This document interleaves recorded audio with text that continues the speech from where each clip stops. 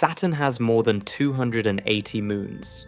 Most of them orbit in neat circles above the planet's equator, spinning in the same direction as Saturn itself, behaving exactly the way moons are supposed to behave.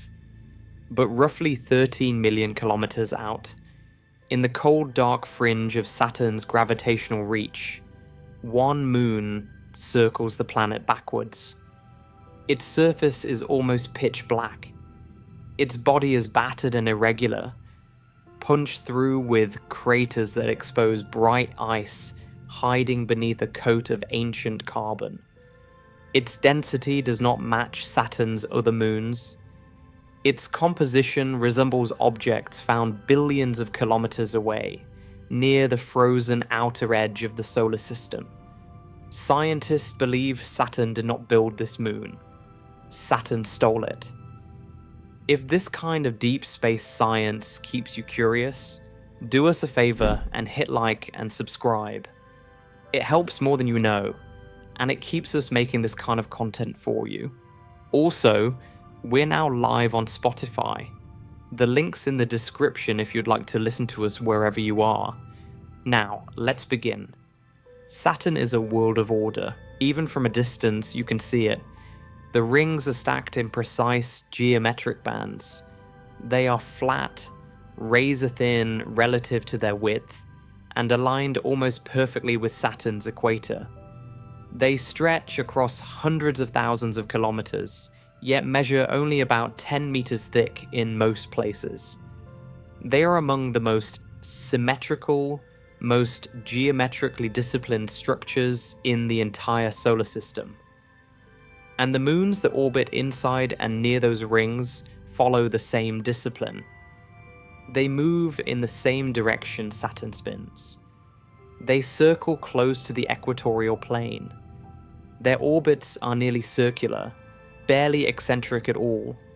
They formed from the same swirling disk of gas and dust that built Saturn itself roughly 4.5 billion years ago. And they have been orbiting in lockstep with the planet ever since. Titan, Saturn's largest moon and the second largest satellite in the entire solar system, orbits at roughly 1.2 million kilometers from the planet's center. It is enormous. Its diameter stretches over 5,100 kilometers, making it larger than the planet Mercury. It circles Saturn in about 16 Earth days, moving prograde, meaning it travels in the same direction as Saturn's rotation. Titan has a thick, nitrogen-rich atmosphere denser than Earth's own. It has methane lakes pooled across its surface, dune fields sculpted by hydrocarbon winds, and weather systems that produce rain made not of water but of liquid methane. It is one of the most complex and scientifically fascinating worlds ever studied. But for all its strangeness, Titan is a loyal moon. It follows the rules. It orbits the way Saturn expects it to orbit. Enceladus, a small icy world only about 504 kilometers across, does the same. It orbits close to Saturn, embedded within the faint E-ring, spraying geysers of water ice and organic molecules from deep fractures near its south pole into the vacuum of space. Those geysers feed the E-ring itself, replenishing it with fresh ice particles in a continuous cycle of eruption and dispersal. Beneath its frozen crust, Enceladus harbors a global liquid water ocean, one of the most promising environments in the solar system for the chemistry of life. Yet even Enceladus, with all its surprises, orbits prograde near Saturn's equatorial plane in a path that is very nearly a perfect circle. It belongs. Mimas, even smaller, carries a colossal impact crater named Herschel that stretches nearly a third of the moon's own diameter. Tethys, Dione, and Rhea follow the same pattern. Each is progressively larger, each is covered in water ice, each shows the scars of ancient impacts and in some cases, faint evidence of past geological activity, subtle fractures and smooth plains that hint at internal processes long since frozen to a halt. All of them orbit prograde. All of them stay near Saturn's equatorial plane. All of them trace nearly circular paths. They are Saturn's native children, born from the same circumplanetary material, shaped by the same gravitational forces, locked into the same rotational rhythm as the planet they orbit. This is what a normal planetary satellite system looks like from the inside. Orderly, predictable, governed by a shared origin and a shared set of physical rules. Now, step outward, past Titan, past Hyperion, the chaotically tumbling sponge of a moon that sits just beyond Titan's orbit, and rotates so unpredictably that no model can reliably tell you which way it will be facing a week from now. Past Iapetus, the strange two-toned satellite that orbits at roughly 3.5 million kilometers from Saturn. Iapetus is already unusual among the regular moons. Its leading hemisphere, the side that faces forward as it orbits, is as dark as asphalt. Its trailing hemisphere is as bright as fresh snow. The contrast is so extreme that Giovanni Cassini, who discovered Iapetus in 1671, could only see it when it was on the western side of Saturn, where its bright, trailing face was aimed toward Earth. He correctly deduced that one side of the moon must be dramatically darker than the other. Iapetus also carries an enormous equatorial ridge running along its midsection, a mountainous spine that gives it the silhouette of a walnut, and scientists still debate how that feature formed. But even Iapetus, for all its peculiarity, orbits prograde. It is the outermost of Saturn's regular moons, the last member of the family that was born alongside the planet. Keep going outward. Past Iapetus, the space around Saturn empties. The density of moons drops precipitously. The distances between objects grow vast and cold. Saturn's gravitational influence weakens progressively, but does not vanish. Its hill sphere, the region where Saturn's gravity dominates over the Sun's pull, extends out to roughly 65 million kilometers. Anything within that sphere can orbit Saturn. Anything beyond it answers to the Sun. At approximately 12,950,000 kilometers from Saturn, more than 3.5 times farther out than Iapetus, a small dark body circles the planet alone. It does not follow the pattern. It does not orbit above Saturn's equator. Its orbital plane is tilted at roughly 175 degrees relative to Saturn's orbital plane, which means it is nearly flipped entirely upside down compared to the inner moons. Its orbit is moderately eccentric, tracing a stretched ellipse rather than a clean circle, with an eccentricity of approximately 0.164. It takes roughly 550 Earth days to complete one trip around Saturn, which is about 18 months, longer than an entire Earth year. It rotates on its own axis once every 9 hours and 16 minutes, spinning far faster than it crawls around the planet. And it moves in the wrong direction. Every major moon of Saturn orbits prograde. This one orbits retrograde. It travels opposite to Saturn's rotation, opposite to the direction of the rings, opposite to every other significant satellite in the system. If you could stand above Saturn's North Pole and watch the planet spin counterclockwise beneath you, you would see Titan, Enceladus, Mimas, and all the rest sweeping in that same counterclockwise direction across the sky. But this moon would be moving clockwise, against the current, against every other object in the system, against the fundamental logic of how planetary systems are assembled. Its name is Phoebe. It has been circling Saturn this way for as long as modern telescopes have been watching.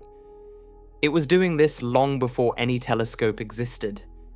Scientists now believe it has been orbiting backwards around Saturn for billions of years, ever since the early solar system. And the moment you understand what a retrograde orbit truly means in planetary science, you begin to understand why they do not think this moon was born here. Retrograde motion sounds like a simple directional oddity at first, a moon going one way instead of the other. But in the study of planetary systems, orbital direction is one of the most powerful diagnostic tools available for determining where an object originated. It carries information about an object's formation history that cannot be faked, cannot be erased by subsequent evolution, and cannot be produced by any known process that occurs inside a normal circumplanetary disk. The reason is rooted in how moons form in the first place. When a giant planet like Saturn is still young, it sits at the center of a rotating disk of gas and dust called a circumplanetary disk. This disk spins in the same direction as the planet itself, because both the planet and the disk form together from the same collapsing region of the solar nebula. Angular momentum was conserved throughout the entire process. The original cloud of gas and dust was already rotating. As it contracted under gravity, that rotation sped up. The planet inherited the spin. The disk inherited the spin. Everything was moving in one coherent direction from the very beginning, long before any moons existed. Material inside the circumplanetary disk gradually clumps together under its own gravity. Tiny dust grains collide and stick. Pebbles accumulate into boulders. Boulders merge with other boulders. Over millions of years, these growing objects sweep up surrounding material and become moons. And because they assembled from material that was already orbiting the planet in one specific direction, they inherit that direction. They orbit prograde. They stay close to the equatorial plane because the disk itself was flat, a thin, rotating sheet of material concentrated around the planet's equator. Their orbits are nearly circular because the disk was a relatively smooth, uniform structure without large asymmetries to distort the paths of forming satellites. This is not an assumption or a theoretical preference. It is a direct, unavoidable physical consequence of angular momentum conservation, one of the most fundamental and inviolable principles in all of physics. The total angular momentum of a closed system does not change unless an outside force acts upon it. A spinning disk produces prograde moons the same way a potter's wheel produces pots that rotate with the wheel. The clay has no mechanism to spontaneously reverse direction. It was already moving before the pot took shape, and that momentum carries forward into the finished product. So when you discover a moon orbiting retrograde, you have encountered something that the normal formation process simply cannot explain. That moon could not have condensed from the circumplanetary disk. The disk did not generate objects moving in the opposite direction. No known internal mechanism within a circumplanetary disk can take material that is orbiting prograde and reverse its angular momentum to produce a retrograde satellite. Something external must have placed that object into its current orbit. Something that came from outside the system entirely. This is the first and most fundamental reason scientists believe Phoebe did not form around Saturn. Its orbit runs counter to the entire physical logic of in-place moon formation. It is moving against the flow of Saturn's original building material, against the rotational direction that was imprinted on every other major satellite the planet produced. A moon that forms with its planet does not orbit backwards, but a moon that was gravitationally captured from somewhere else very easily can. To understand why captured objects end up on retrograde orbits, think about what gravitational capture actually involves. Picture an object drifting through interplanetary space on its own independent orbit around the Sun. It was never part of Saturn's system. It has its own trajectory, its own velocity, its own angular momentum relative to the Sun. It is a free body, answering only to the Sun's gravity and the subtle perturbations of distant planets as it traces its own elliptical path through the outer solar system. As this object's orbit carries it near Saturn, the planet's gravity reaches out and bends its path. If the encounter is distant or the object's velocity relative to Saturn is too high, the object swings past and continues on its way, deflected but still unbound. It escapes back into interplanetary space, slightly altered but ultimately free. This is the outcome of the vast majority of close encounters between small bodies and giant planets. Most objects that pass near a planet simply keep going. But if conditions are exactly right, if the object passes close enough and slow enough, and if some mechanism removes just enough of its kinetic energy during the close approach, the trajectory changes fundamentally. Instead of sweeping past and escaping, the object's path curves around Saturn and closes into a bound orbit. The object is trapped. It has been captured. That energy loss is essential. Without it, capture cannot happen. An object approaching a planet on a hyperbolic trajectory carries more energy than a bound orbit requires. Something must drain that excess away during the encounter, or the object simply swings past and escapes back into interplanetary space. In the early solar system, conditions existed that could remove that energy. The young giant planets still carried remnants of gas from their formation. The space around them was crowded with other small bodies whose gravity could interfere with passing intruders, and pairs of small objects orbiting each other could be torn apart by a planet's tidal forces during a close approach, with one half captured and the other flung free. How these processes operated, and what the early solar system actually looked like when Phoebe was caught, will come into sharper focus later. For now, what matters is the result. The crucial detail, regardless of which mechanism operated, is this. The captured object was never part of Saturn's circumplanetary disk. It did not share the planet's rotational momentum. It approached from its own direction, at its own angle, along its own independent path through space. The geometry of the encounter, the direction from which the object arrived, the angle at which it crossed Saturn's hill sphere, the velocity vector it carried at closest approach, all of these determine the properties of its resulting orbit, and those properties can point in any direction. The captured orbit can be prograde. It can be retrograde. It can be inclined at any angle from 0 to 180 degrees relative to the planet's equator.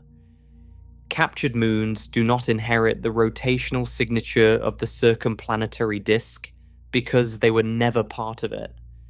They arrive from outside, and their orbits carry the indelible fingerprint of that foreign origin. Retrograde motion is the loudest and most unambiguous version of that fingerprint. Phoebe's retrograde orbit is not a minor anomaly or a statistical curiosity. It is a physical declaration, written in the language of orbital mechanics, that this object arrived from somewhere else and was caught. This understanding led scientists to divide planetary moons into two formal categories based on their orbital properties and inferred origins. The first category is regular moons. These are the satellites that formed alongside their host planet within the circumplanetary disk. They orbit prograde, They stay close to the equatorial plane. Their orbits are nearly circular. They tend to be located relatively close to the planet, within the region where the circumplanetary disk would have existed during the planet's formation. Saturn's regular moons, including Titan, Enceladus, Mimas, Tethys, Dione, Rhea, and Iapetus, all belong to this family. Jupiter's 4 large Galilean moons, Io, Europa, Ganymede, and Callisto, are regular moons too. So are the 5 major satellites of Uranus. Regular moons are, in a very real sense, the natural-born citizens of their planetary systems. The second category is irregular moons. These are objects believed to have been gravitationally captured by the planet after forming independently as small bodies orbiting the Sun. Their orbits betray them immediately. Irregular moons orbit far from their host planet, well beyond the regular satellite system, often at hundreds of planetary radii from the planet's center. Their orbits are eccentric, meaning elongated and stretched rather than circular. Their inclinations are high, tilted steeply away from the equatorial plane, sometimes by more than 90 degrees, and a large majority of them orbit retrograde. They are, by every orbital measure, foreigners. Every giant planet in the solar system has irregular moons.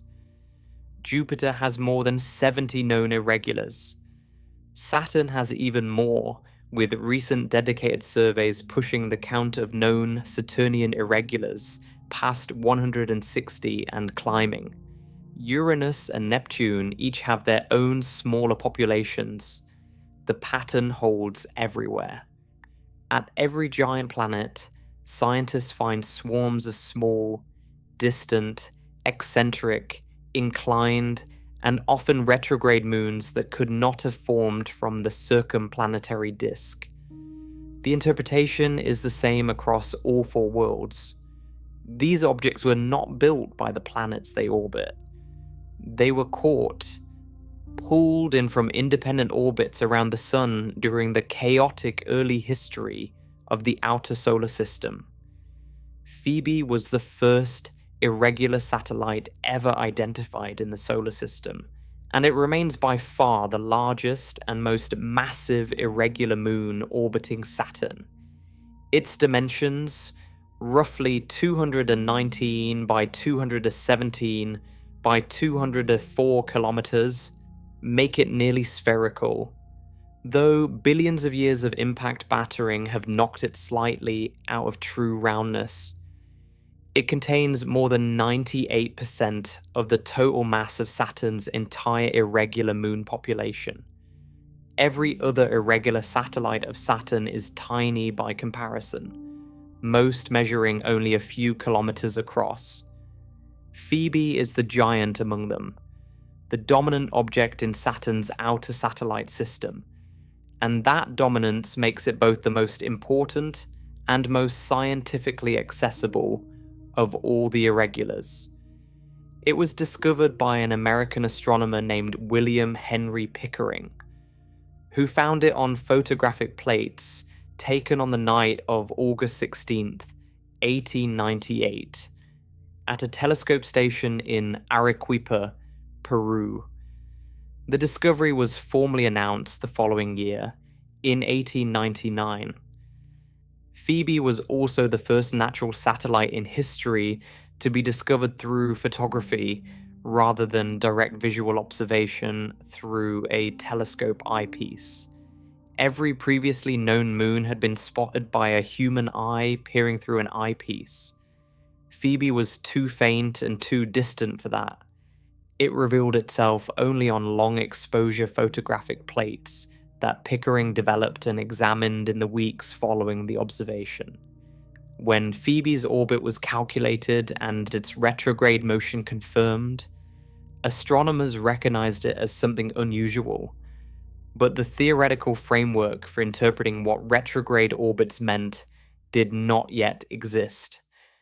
Phoebe was catalogued as a curiosity, a dark, distant, backwards orbiting satellite designated Saturn 9, circling far from the planet's bright rings with no compelling explanation for why it behaved so differently from every other known moon. For over a century after its discovery, Phoebe remained poorly understood. It was simply too far from Saturn, too small and too dark for ground-based telescopes to reveal much about it. Observers could establish its brightness fluctuations as it rotated, which gave a rotation period of roughly 9.3 hours. They could measure its approximate color, which turned out to be flat and gray in visible light, without the reddish or bluish tints that characterize many icy satellites. And they could estimate its size at roughly 220 kilometers across, though the uncertainty on that number was significant given the limitations of observing a dark object from over 1 billion kilometers away. Its surface appeared extraordinarily dark, reflecting only about 6 to 8% of the sunlight that struck it. That low reflectivity, called geometric albedo, made it one of the darkest objects in the entire Saturnian system, and placed it in the company of the darkest surfaces known in the outer solar system. Those properties, especially the dark grey surface with a high phase coefficient similar to what was measured for carbon-rich asteroids, led many researchers through the mid-20th century to a seemingly reasonable conclusion. Phoebe must be a captured asteroid. Specifically a C-type asteroid, one of the carbon-rich, dark-surfaced asteroids found predominantly in the outer regions of the main asteroid belt. The logic was straightforward. Phoebe is dark. C-type asteroids are dark. Phoebe orbits retrograde, suggesting capture. Asteroids orbit the sun and can wander close to planets. The hypothesis seemed tidy. It appeared in textbooks. It appeared in planetary science reviews. For decades, it was the standard explanation for Phoebe's origin, and it was wrong. The first cracks appeared in the late 1990s, when infrared observations from ground-based telescopes detected the spectral signature of water ice on Phoebe's surface. That was unexpected. C-type asteroids, while carbonaceous and dark, are rocky bodies associated with the inner solar system. They do not typically carry strong water ice signatures on their surfaces. Ice on Phoebe pointed to something different, something colder, something from a region of the solar system where temperatures had always been low enough for ice to survive on a body's surface, across billions of years without sublimating into space. The ice was a whisper that Phoebe might have come from much farther away than the asteroid belt. Then, in 2004, the guessing ended. The Cassini-Huygens spacecraft arrived at the Saturn system after a journey of nearly 7 years, and roughly 3.5 billion kilometers from Earth. Cassini was one of the most capable interplanetary spacecraft ever launched, carrying 12 scientific instruments to explore Saturn, its rings, and its moons in unprecedented detail. And Phoebe was the very first target on its agenda. This was not accidental. The trajectory and timing of Cassini's arrival at Saturn had been specifically designed to allow a close flyby of Phoebe before the spacecraft fired its main engine to enter orbit around the planet. Phoebe orbits so far from Saturn that visiting it later, after orbit insertion, would have required an enormous amount of fuel that the spacecraft could not spare. The only practical opportunity to study Phoebe up close was during the inbound approach, as Cassini was still falling towards Saturn from interplanetary space. Mission planners knew this decades in advance and shaped the arrival geometry around it. They knew they might never get another chance to fly past this strange moon. They were right. After the flyby and its subsequent insertion into Saturn orbit, Cassini never ventured back out to Phoebe's distant orbit. That single close encounter on June 11th, 2004, would be the only detailed look humanity has ever gotten at this world. On June 11th, 2004, Cassini flew within 2,068 kilometers of Phoebe's surface. That approach was more than 1,000 times close than Voyager 2 had managed during its brief pass through the Saturn system in 1981. Voyager 2 had seen Phoebe from a distance of roughly 2.2 million kilometers. At that range, the moon was a handful of pixels on a camera sensor, a fuzzy dark disk with a few faint bright spots, and no meaningful detail. Cassini saw something entirely different. It saw an actual world. The images that came flooding back from the spacecraft revealed a surface saturated with craters. Not a scattering of impacts, but an entire landscape defined by them, overlapping and nested. Large craters punched inside even larger ones. Small, fresh craters sprinkled across the floors of ancient ones. Some of the biggest impact features stretched 50 kilometers across on a body that measures only about 213 kilometers in diameter at its widest. The scale of that is staggering. These are holes nearly a quarter the width of the entire moon, carved by collisions so violent they must have come close to shattering Phoebe completely.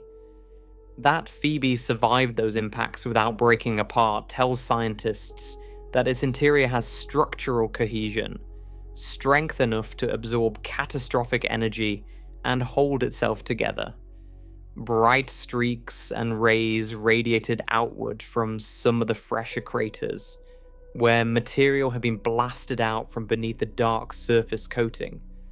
The rims and walls of the deepest craters showed alternating bands of bright and dark material, like geological strata exposed in a cliff face. Those layers told a story of their own. The dark surface blanket that makes Phoebe so dim is not a fundamental part of the moon's structure. It is a veneer, a skin.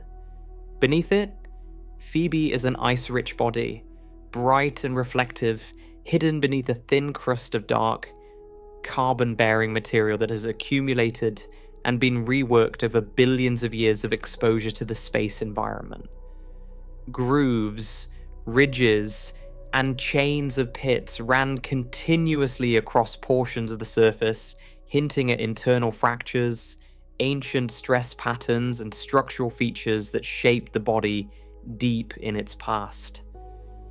Phoebe was not a smooth, featureless pebble. It was a geological record, layered and scarred and complex, carrying the physical evidence of an extraordinarily long and violent history in every crater wall and every bright streak. But the images were only the beginning. Cassini carried a full suite of scientific instruments capable of analyzing Phoebe's composition, temperature, mass, and internal structure. And what those instruments revealed would overturn the asteroid hypothesis entirely.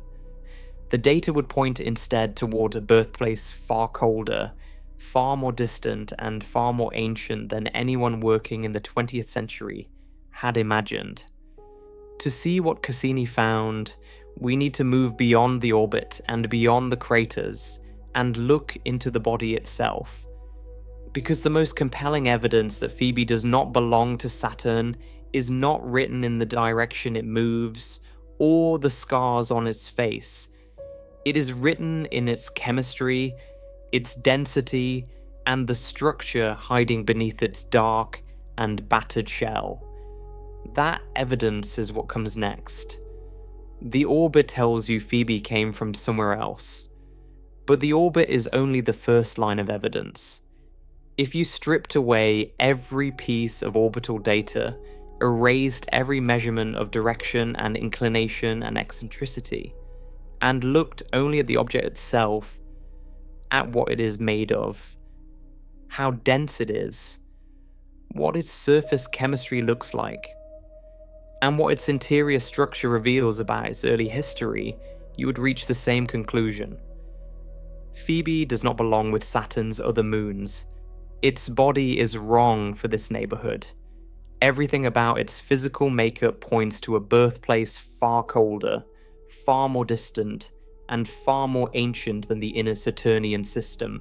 To understand why, you have to appreciate what Saturn's regular moons are made of and how they look. Saturn's inner satellites, the ones born from the circumplanetary disk, are overwhelmingly icy. They are bright. Their surfaces are dominated by water ice, which is highly reflective, giving them the gleaming, almost luminous appearance that makes Saturn's moon system one of the most visually striking families of worlds in the solar system.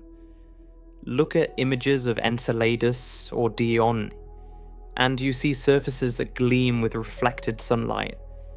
These moons formed in a region where water ice was the dominant solid, and that origin is written across their surfaces. Phoebe looks nothing like them. The evidence comes from a single encounter. On June 11th, 2004, Cassini spent roughly 3.5 hours in Phoebe's vicinity, collecting data across every instrument the spacecraft carried. 3.5 hours. That was the entire window. The spacecraft was still on its inbound trajectory towards Saturn, traveling fast, and Phoebe's distant orbit meant there would be no second pass. Every measurement had to be captured in that brief flyby. What came back from those few hours of observation rewrote Phoebe's identity from the ground up. Start with the surface. Phoebe is dark, not merely dim or shadowed, but genuinely, aggressively dark.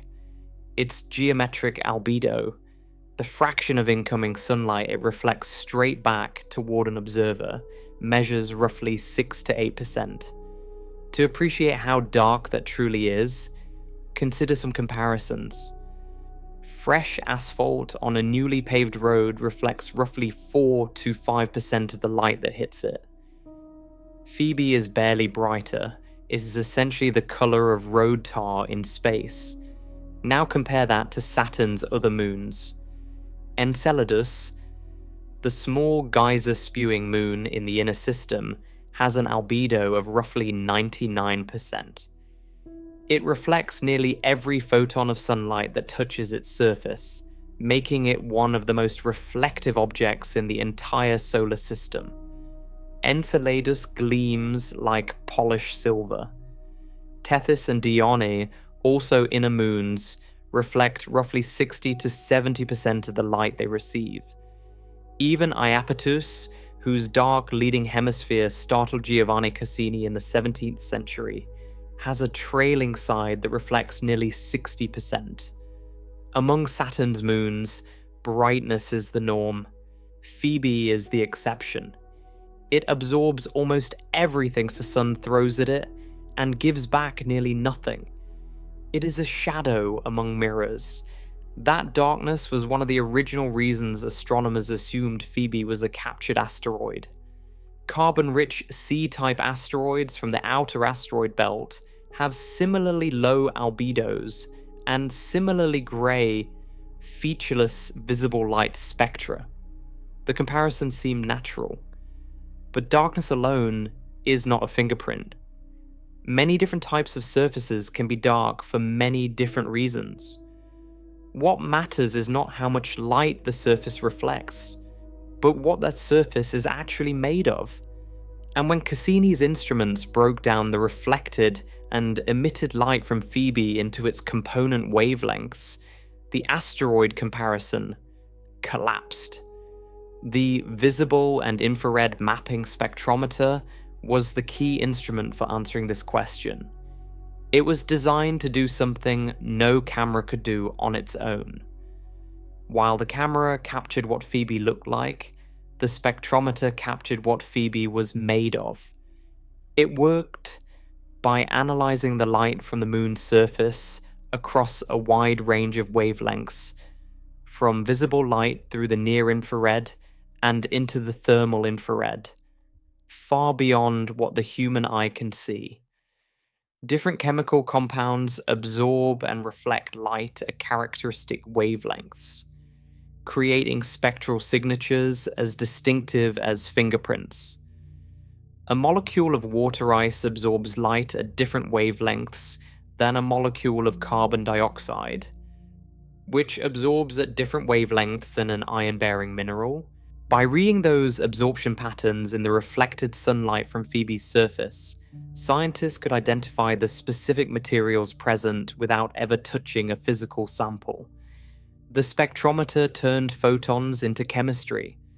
The spectrometer found water ice, not just in the bright streaks inside crater walls, where fresh subsurface material had been exposed by impacts, but distributed widely across the surface, mixed in with the dark material that gives Phoebe its coal-black appearance. The ice was not a dominant surface component. It was interspersed through a matrix of darker stuff, partially hidden, partially exposed, present but overwhelmed by the blanket of carbon-bearing material draped across the moon's exterior. It found carbon dioxide. This was a particularly significant detection, one that carried enormous diagnostic weight. Carbon dioxide had never before been identified on the surface of any asteroid. It is a volatile compound, meaning it sublimates easily, transitioning directly from solid ice to gas when exposed to even moderate warmth. In the inner solar system, where the asteroid belt sits between the orbits of Mars and Jupiter, solar heating is intense enough to drive carbon dioxide off rocky surfaces over geologically short time spans. Any carbon dioxide that might once have been present on C-type asteroids would have boiled away into space long ago. Finding carbon dioxide ice frozen on Phoebe's surface told scientists two important things. First, Phoebe had spent its entire existence in extremely cold conditions, cold enough that carbon dioxide ice never reached the sublimation temperature needed to escape into the vacuum. Second, and more importantly, the body must have formed in a region of the solar system where carbon dioxide could be incorporated into growing planetesimals as solid ice from the very beginning, far beyond the so-called frost line for carbon dioxide. That frost line sits well beyond Saturn's orbit. Finding carbon dioxide on Phoebe pointed not to the asteroid belt, but to the deep outer solar system, to a birthplace colder and more distant than any asteroid could claim. It found iron-bearing minerals embedded in the surface material.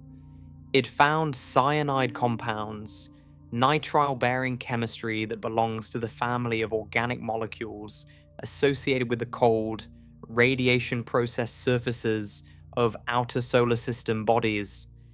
It found bound water locked into mineral structures called hydrated silicates, sometimes referred to as phyllosilicates, which form when liquid water interacts chemically with silicate rock under specific temperature and pressure conditions over extended periods. This was a particularly evocative finding. It meant that at some point in Phoebe's early history, conditions inside the body had been warm enough for water to exist in liquid form, at least locally, allowing the slow chemical reactions that bond water molecules into the crystal lattice of silicate minerals. Phoebe had once had a wet interior, however briefly, before it froze solid. Taken together, the chemical inventory of Phoebe's surface read like a catalogue of primitive outer solar system materials: water ice, carbon dioxide ice, iron compounds, complex organics, hydrated minerals. This was not the surface of a rocky asteroid that had drifted in from the belt between Mars and Jupiter. This was the surface of something born in the deep cold, built from the same raw ingredients as comets and Kuiper belt objects, preserved in a state that was remarkably close to the original chemistry of the solar nebula itself. The composite infrared spectrometer added another dimension. It measured the thermal radiation emitted by Phoebe's surface, building temperature maps that revealed how heat behaved across different regions of the moon. The results confirmed what the distance from the sun already implied. Phoebe is brutally cold. Dayside surface temperatures hovered around 110 kelvins, roughly minus 163 degrees Celsius, or minus 261 degrees Fahrenheit.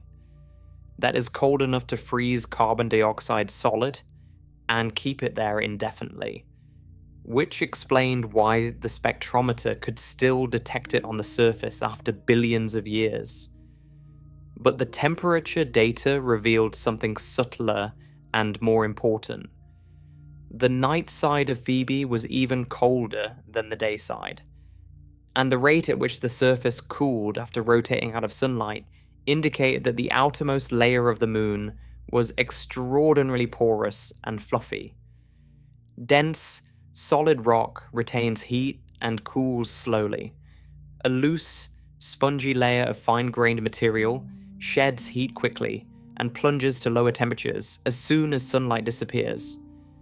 Phoebe's thermal behavior matched the second scenario. Its outermost surface was not solid bedrock. It was a loose regolith, a blanket of fine dark particles accumulated over billions of years of micrometeorite bombardment, space weathering, and radiation processing. The dark coating that makes Phoebe so dim is not a solid shell. It is a powder, a dusting of ancient carbon-rich material sitting lightly on top of an ice-rich interior. That interior is where the story deepens. Because Phoebe is not just a snowball with a dirty coat, it is a structured object with a layered inside, and that internal structure carries evidence of a history far more complex than a simple lump of frozen debris would suggest. Cassini's radio science experiment and optical navigation data allowed scientists to determine Phoebe's mass with high precision. By tracking how the spacecraft's trajectory was deflected as it passed close to the moon, they could calculate the gravitational pull Phoebe exerted on Cassini, and from that pull, its mass. Combined with the detailed volume estimate derived from the flyby images, those measurements produced a density value of approximately 1.63 grams per cubic centimeter. That number does not mean much in isolation. Density is just mass divided by volume. But placed in context, alongside the densities of other objects in the Saturn system and beyond, it becomes one of the most telling clues in the entire investigation. Think of density as a recipe. Every solid body in the solar system is made from some combination of ice, rock, and metal, mixed together in proportions that depend on where and when the body formed. Ice is light, roughly 0.93 grams per cubic centimeter for pure water ice. Rock is heavier, typically between 2.5 and 3.5 grams per cubic centimeter depending on the mineral. Metal is heavier still. The density of a body tells you the proportions of these ingredients in its recipe. A very low density body is mostly ice. A high density body is mostly rock and metal. And a body with an intermediate density, like Phoebe's 1.63, contains a roughly equal blend of ice and rock, frozen together in comparable proportions. This recipe is what makes the comparison to Saturn's regular moons so revealing. Now compare that to Saturn's regular icy moons. Mimas, the small inner moon with the giant crater, has a density of approximately 1.15 grams per cubic centimeter. It is almost all ice with only a small rocky component. Tethys is even more ice-dominated, with a density of roughly 0.98, barely denser than water ice itself. Iapetus, Saturn's two-toned outermost regular moon, has a density of about 1.08, again, overwhelmingly ice. Even Rhea, the second largest of Saturn's regular satellites, clocks in at roughly 1.24 grams per cubic centimeter. These are icy worlds. They formed in Saturn's circumplanetary disk, from material that was rich in water ice and relatively poor in rocky silicates. Exactly what you would expect in the cold outer regions of a gas giant's formation environment. Phoebe does not fit this pattern. Its rock-to-ice ratio is fundamentally different. It carries far more rock per unit volume than Saturn's inner icy moons do. And the balance of materials inside it resembles something from a different part of the solar system entirely. In 2005, planetary scientist Terence Johnson of NASA's Jet Propulsion Laboratory and Jonathan Lunine of the University of Arizona published a study in the journal Nature that made this comparison explicit.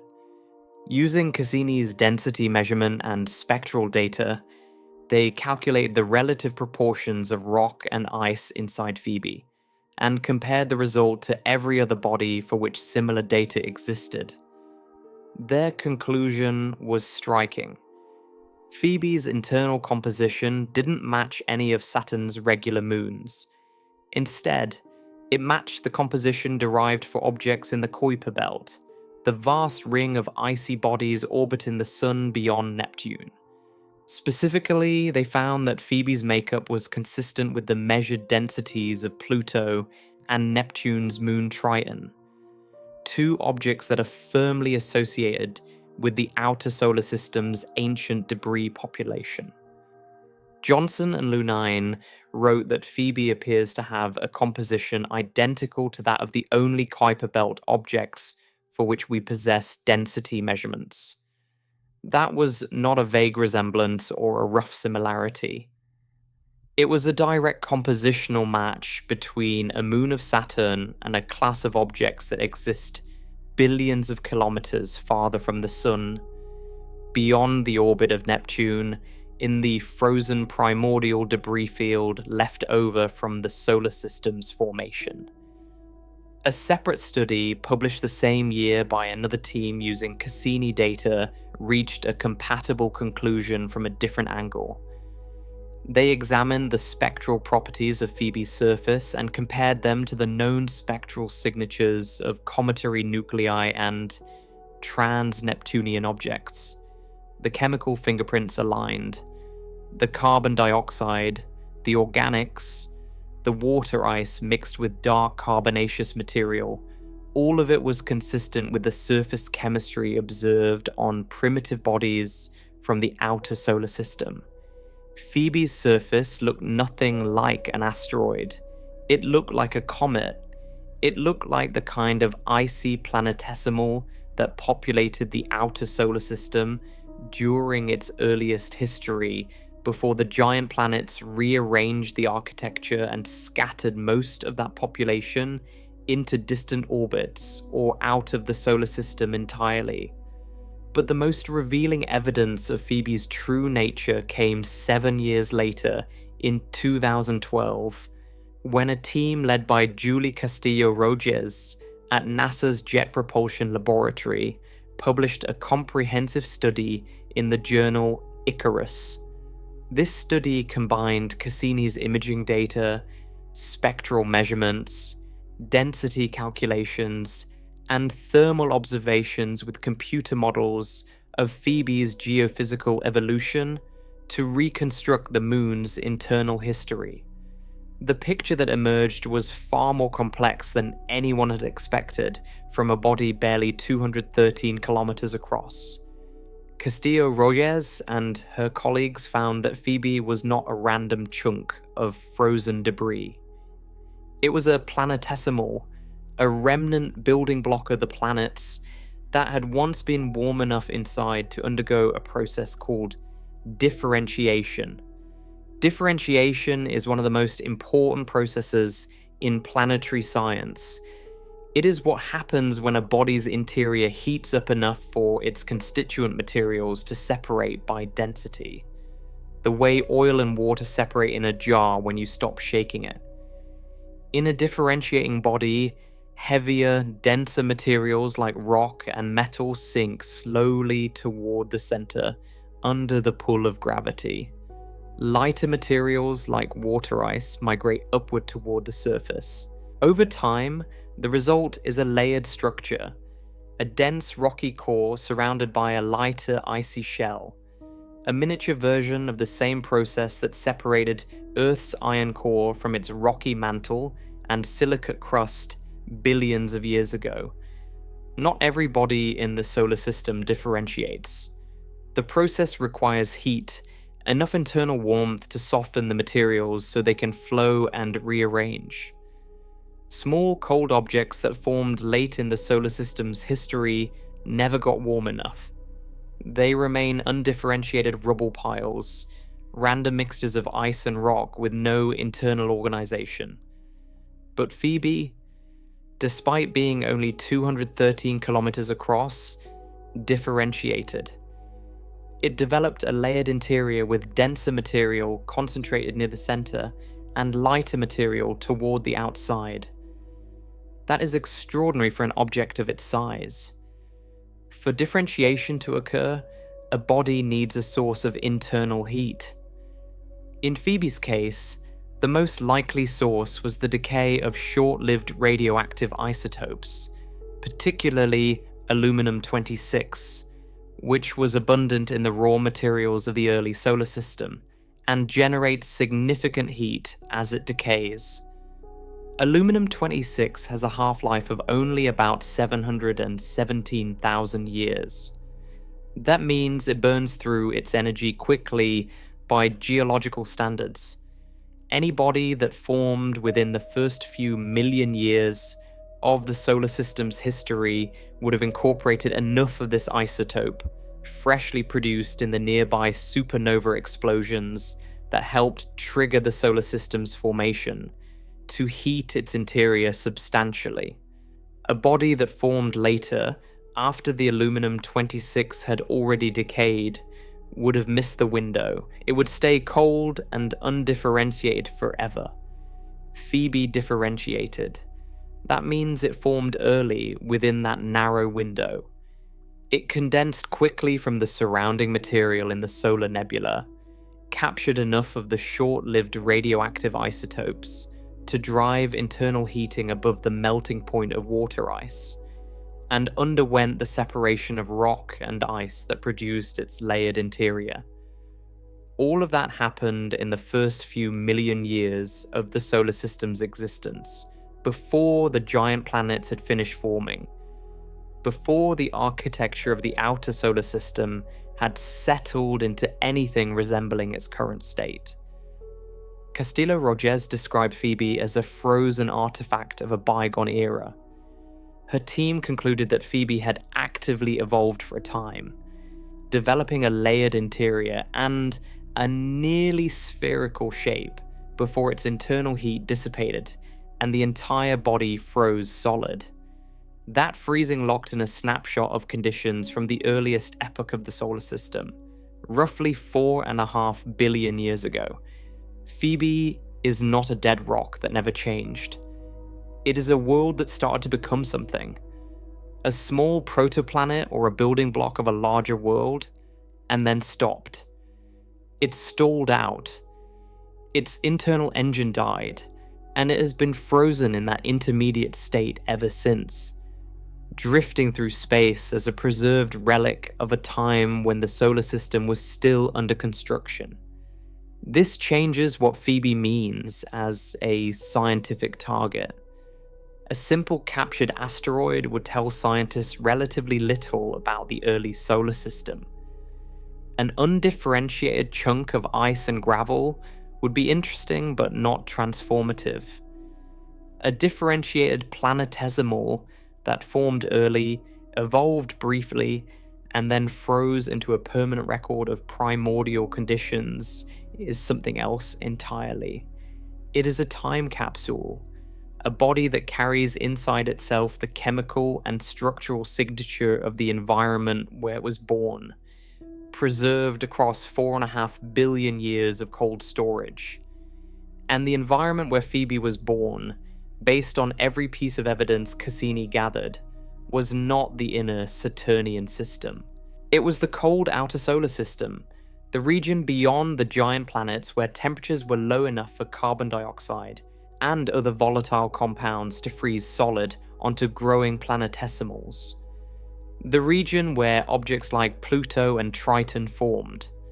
The region that eventually became the Kuiper Belt.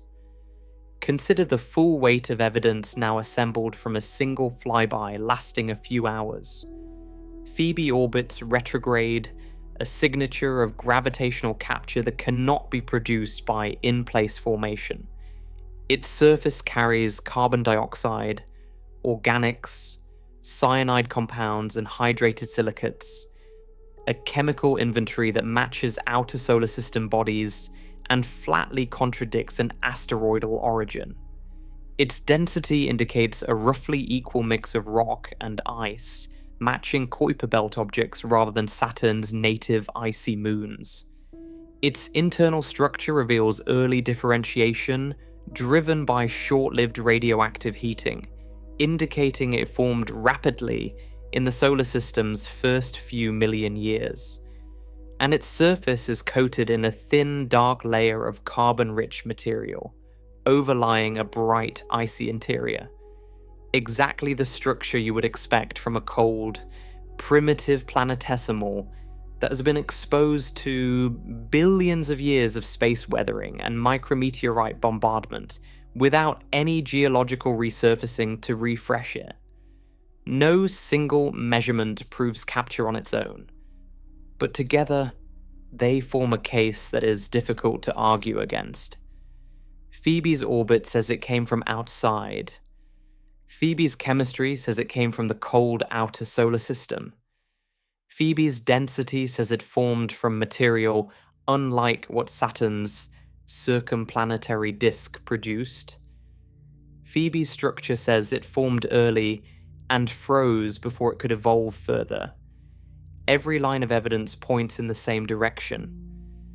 Scientists now classify Phoebe not as a captured asteroid, but as a captured centaur or Kuiper Belt object, a small icy world that originally orbited the Sun independently in the outer solar system before gravitational interactions brought it close enough to Saturn for the planet's gravity to trap it.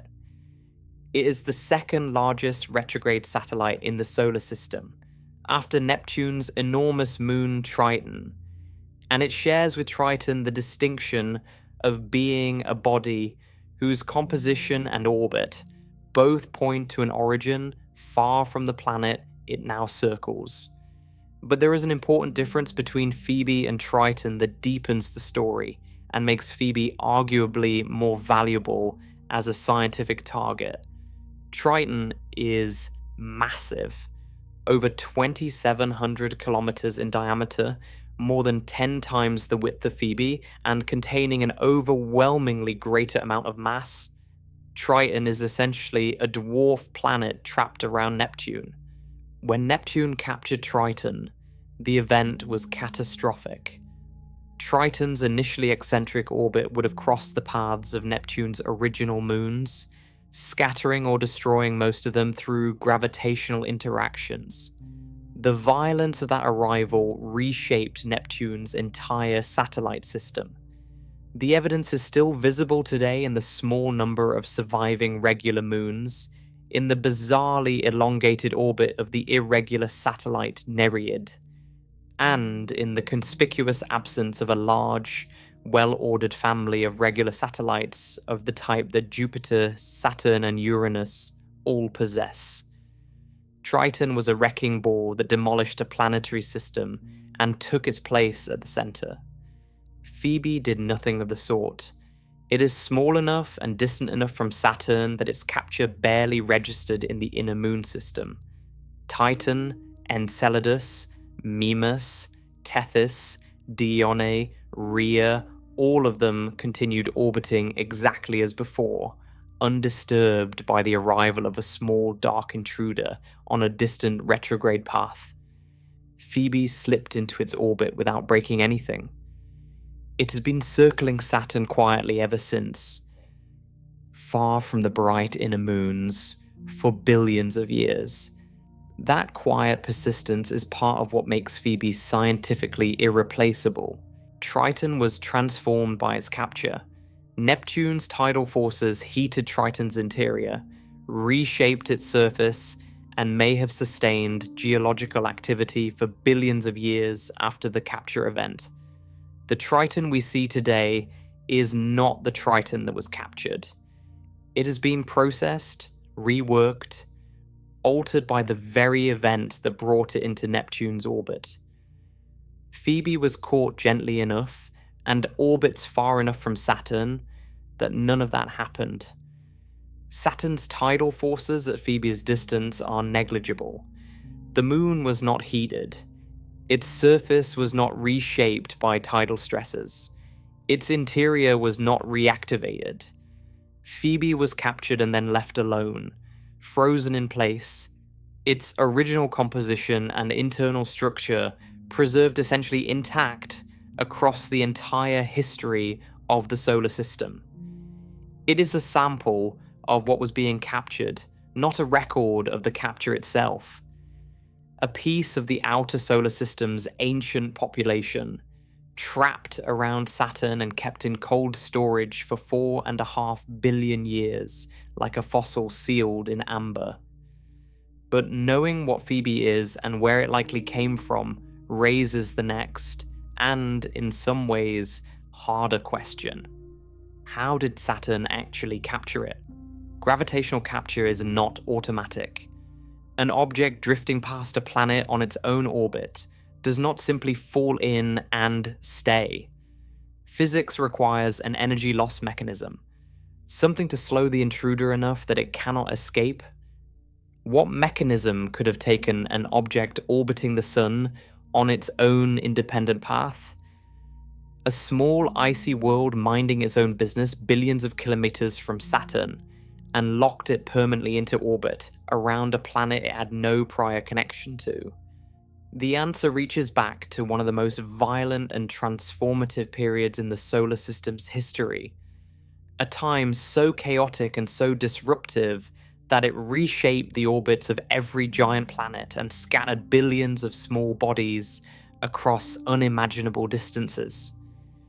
A time that left fingerprints on every planetary system from Jupiter to Neptune. And a time that may explain not only how Phoebe was captured, but why the entire outer satellite system of Saturn looks the way it does today. That story comes next. Knowing that Phoebe came from outside Saturn's system is one thing. Understanding how it got caught is another problem entirely, and it is a harder one than most people realize. Gravitational capture sounds simple in principle. An object wanders close to a planet, the planet's gravity grabs it, and the object stays. In practice, it is one of the most difficult things to make happen in orbital mechanics. The physics actively resist it. Here is why. An object approaching a planet from interplanetary space is, by definition, moving faster than any object in a stable orbit around that planet needs to move. It carries excess kinetic energy. It is on what scientists call a hyperbolic trajectory, a path that curves around the planet but does not close into a loop. Without intervention, the object will sweep in, arc around the planet's gravity well, and fly right back out into space on the other side, deflected but never trapped. It is like rolling a marble across a curved dish. The marble dips into the center, curves along the surface, picks up speed from the slope, and exits the other side with exactly as much energy as it had when it entered. To keep the marble in the dish, something has to absorb energy from it while it is inside. Something has to slow it down enough that it cannot climb back out. In today's solar system, that something does not exist. Space around the giant planets is effectively empty. There is no friction. There is no medium to slow an incoming object.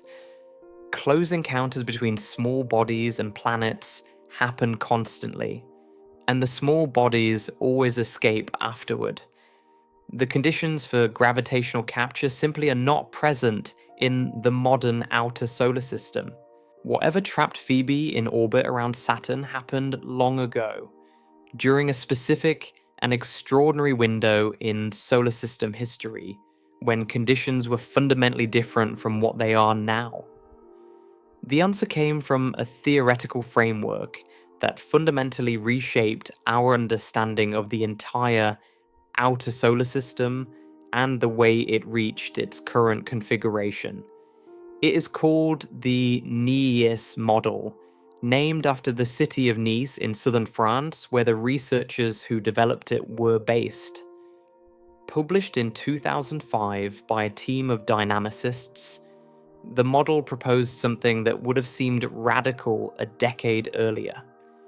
The giant planets did not form in the orbits we see them occupying today.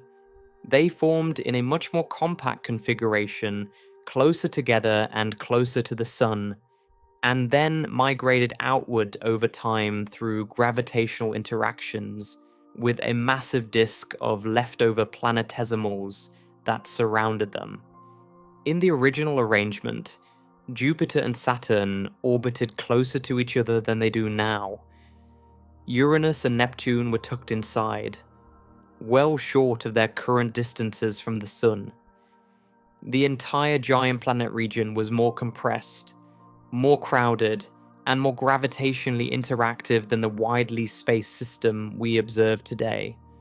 Beyond the outermost giant planet lay a vast, dense disk of icy planetesimals, small frozen bodies ranging from grains of dust to objects hundreds of kilometers across. The same population that Phoebe would have belonged to before its capture. For hundreds of millions of years after the planets formed, this configuration was marginally stable. The planets interacted gravitationally with the planetesimal disk, exchanging angular momentum with the small bodies, slowly drifting in their orbits as a result. Jupiter crept slightly inward. Saturn, Uranus, and Neptune crept outward. The changes were gradual.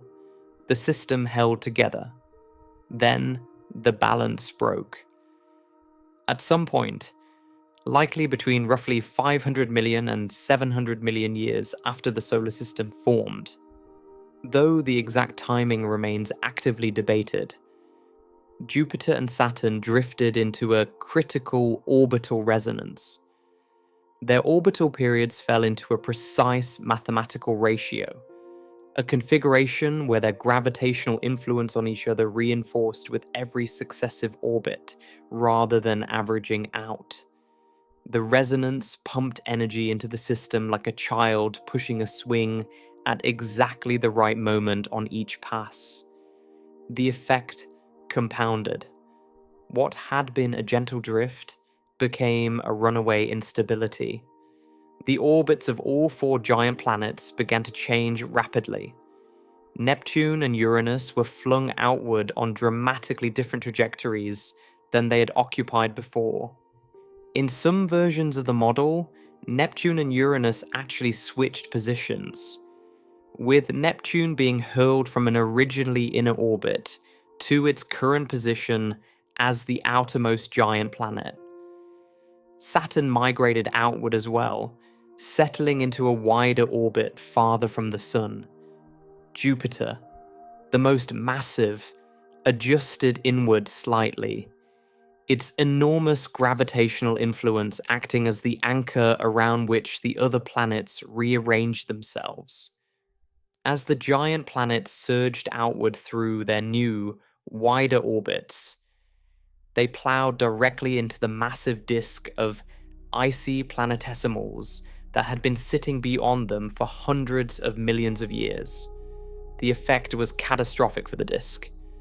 Billions of small bodies, objects that had been orbiting the sun peacefully since the solar system's birth, were suddenly exposed to close gravitational encounters with planets that had not been there before. The encounters scattered the planetesimals in every direction, like a bowling ball crashing through a field of marbles. Some were flung inward, toward the inner solar system, where they pelted the surfaces of the rocky planets and their moons. This rain of debris may correspond to what planetary geologists call the late heavy bombardment, a spike in impact cratering observed in the ancient surfaces of the Moon, Mercury, Mars, and possibly Earth, dated to roughly 3.8 to 4.1 billion years ago. Others were thrown far outward, launched onto extremely elongated orbits that carried them to the frozen fringes of the solar system, populating the scattered disk and the outer reaches of the Kuiper belt. Still others were ejected from the solar system entirely, hurled into interstellar space by close gravitational encounters with Jupiter and Saturn, becoming rogue planetesimals drifting between the stars. And some, a small but significant fraction, were thrown into the immediate gravitational neighborhoods of the migrating planets themselves. They passed close enough to Jupiter, Saturn, Uranus, and Neptune to interact with those planets at short range. Most flew past and escaped, but a few, under the right conditions, lost enough energy during the encounter to become captured. They settled into orbits around the planets, becoming irregular moons. This is the context in which Phoebe's capture almost certainly occurred. Not a quiet, isolated event in the modern solar system, but a violent, chaotic episode in which the entire architecture of the outer planets was being reshuffled and billions of small icy bodies were being scattered like debris from an explosion. During that upheaval, the conditions that make gravitational capture possible, conditions that do not exist today, were temporarily present around every giant planet. Several specific mechanisms have been proposed for how capture actually worked during this instability, and each of them is physically plausible for an object like Phoebe. The first is gas drag. In the earliest phase of the solar system, the giant planets were still surrounded by remnants of the gas and dust from which they formed.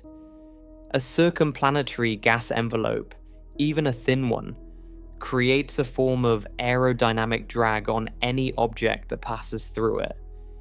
An icy body flying through that diffuse gas cloud would lose kinetic energy to friction, slowing down just enough to transition from an unbound flyby trajectory to a bound orbit.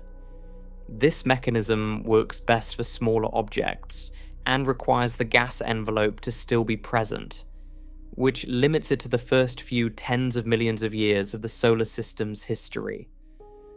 For Phoebe, gas drag is a possible contributor, but perhaps not the sole explanation, since the gas envelopes around the giant planets are thought to have dissipated relatively quickly.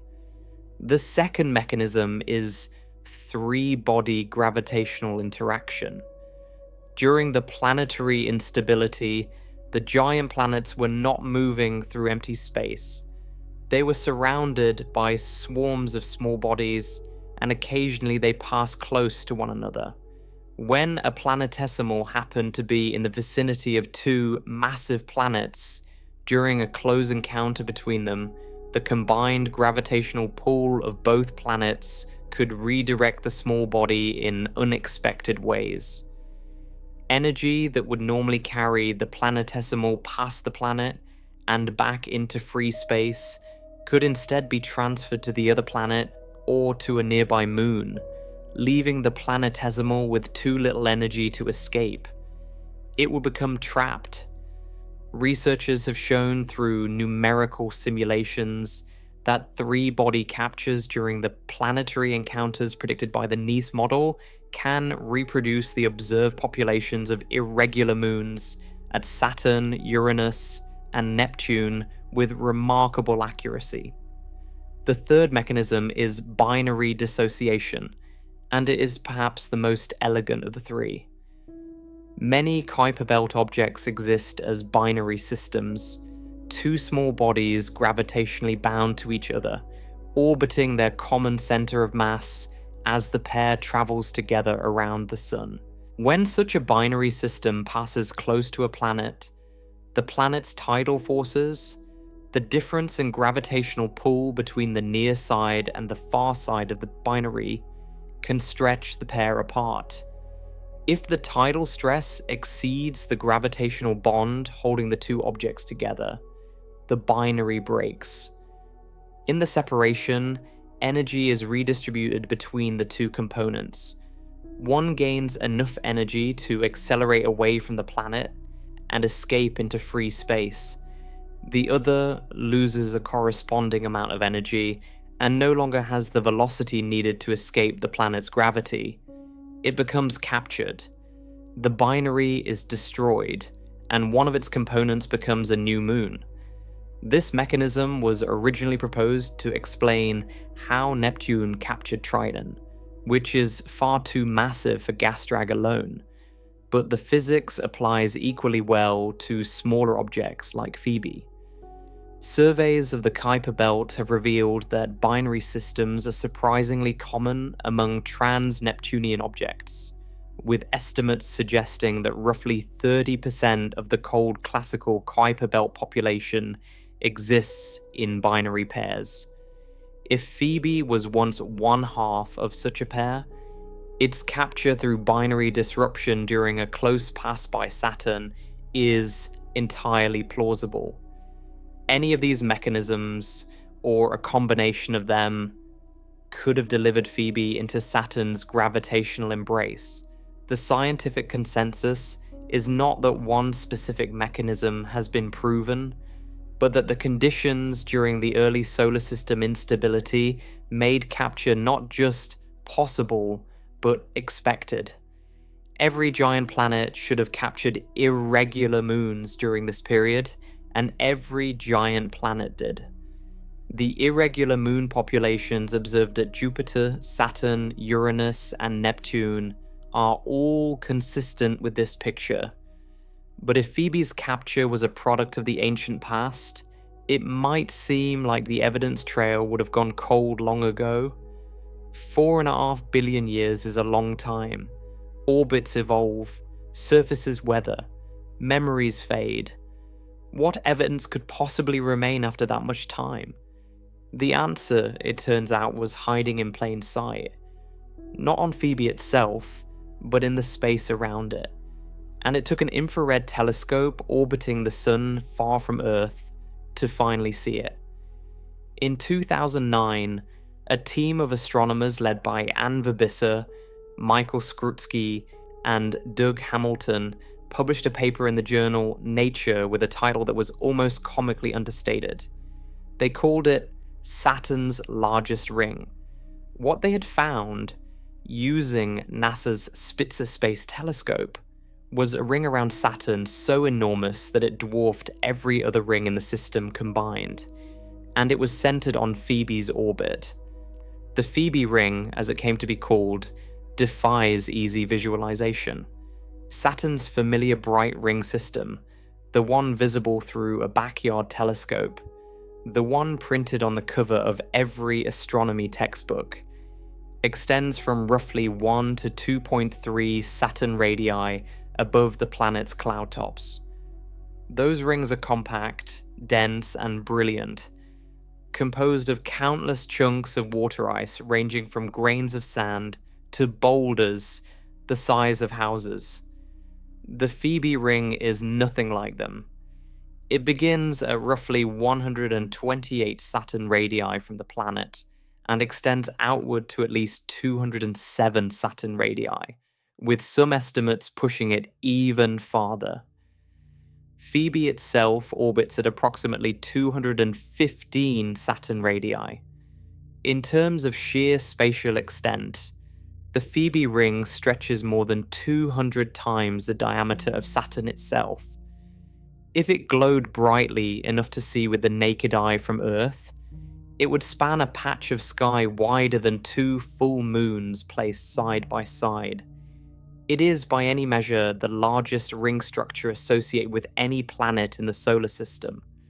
The ring is tilted 27 degrees from Saturn's equatorial plane, aligned with Phoebe's orbit, and it orbits in the retrograde direction, matching Phoebe's retrograde motion. But it is not bright enough to see. It is virtually invisible.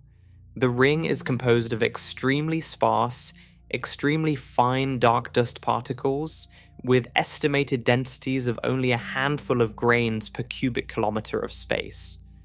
The particles are tiny, mostly in the micrometer range, and they are dark, reflecting almost no visible light. That is why no one had detected the ring before Spitzer. Visible light telescopes could not see it. Only an infrared telescope, sensitive to the faint thermal glow of cold dust particles radiating their meager heat into space, could pick up the ring's signature against the black background of the outer Saturnian system. The origin of the ring material is straightforward once you understand the environment Phoebe inhabits. Over billions of years, micrometeorite impacts on Phoebe's surface have blasted tiny particles of dark material off the moon and into the surrounding space. Phoebe is not large enough for its gravity to recapture most of this debris. The particles, too small to resist the gentle pressure of sunlight and too light to remain bound to Phoebe's weak gravitational field, drift into independent orbits around Saturn. They spread along Phoebe's orbital path, gradually filling a vast torus of dark dust that traces the moon's retrograde trajectory around the planet. Over the full lifespan of the solar system through continuous bombardment, the cumulative debris has built up into the enormous but extraordinarily tenuous ring that Spitzer detected. The Phoebe ring is, in effect, a trail of wreckage that Phoebe has been shedding grain by grain across the entire history of the solar system.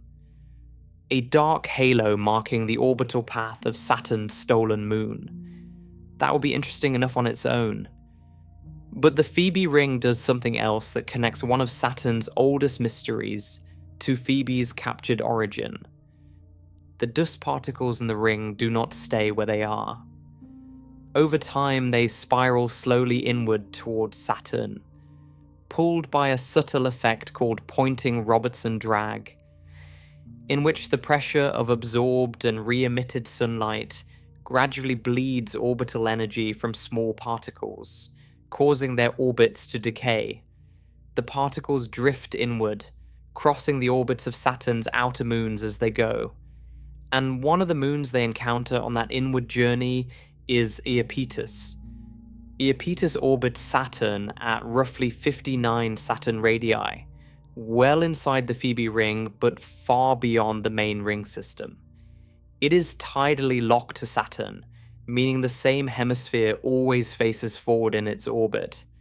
And its leading hemisphere, the face that plows forward through space as Iapetus circles the planet, is covered in a layer of dark material so stark that Giovanni Cassini noticed the brightness asymmetry more than 350 years ago. The trailing hemisphere is bright, icy, reflective. The leading hemisphere is nearly as dark as Phoebe itself. The connection between the Phoebe ring and Iapetus's dark face had been suspected for decades, long before the ring was actually discovered. Scientists had proposed as early as the 1980s that dust from Phoebe might be responsible for darkening Iapetus. but without evidence that a mechanism existed to transport material from Phoebe's orbit to Iapetus's orbit, the idea remained speculative. The discovery of the Phoebe ring provided the missing link.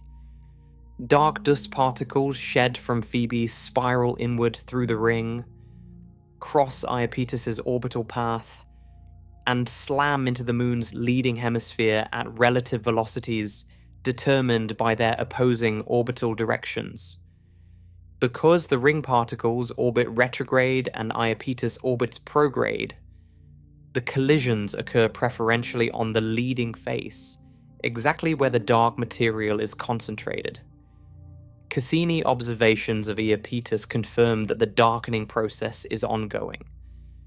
Very few fresh, bright-rayed impact craters appear within the dark terrain, which means the dark coating is being continuously replenished rather than slowly fading. The Phoebe ring is still feeding Iapetus with dark material today.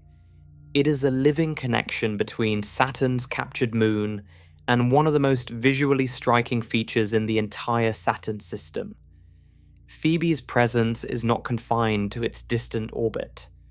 Through the ring, its influence reaches inward across millions of kilometers and physically alters the surface of another moon.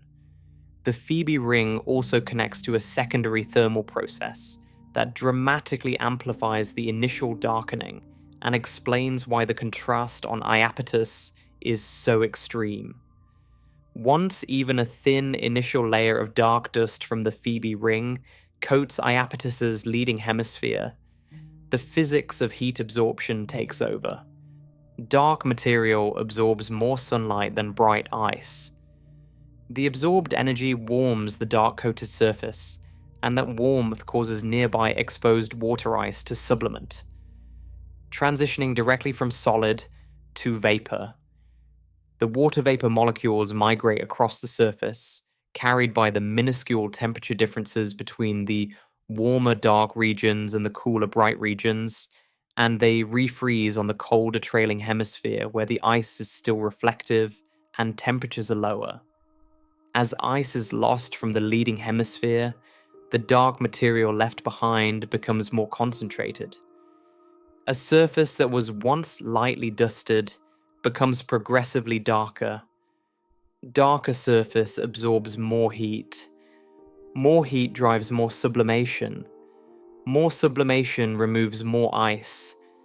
The feedback loop accelerates, progressively darkening the leading hemisphere and brightening the trailing hemisphere until the extreme two-tone contrast visible today is achieved.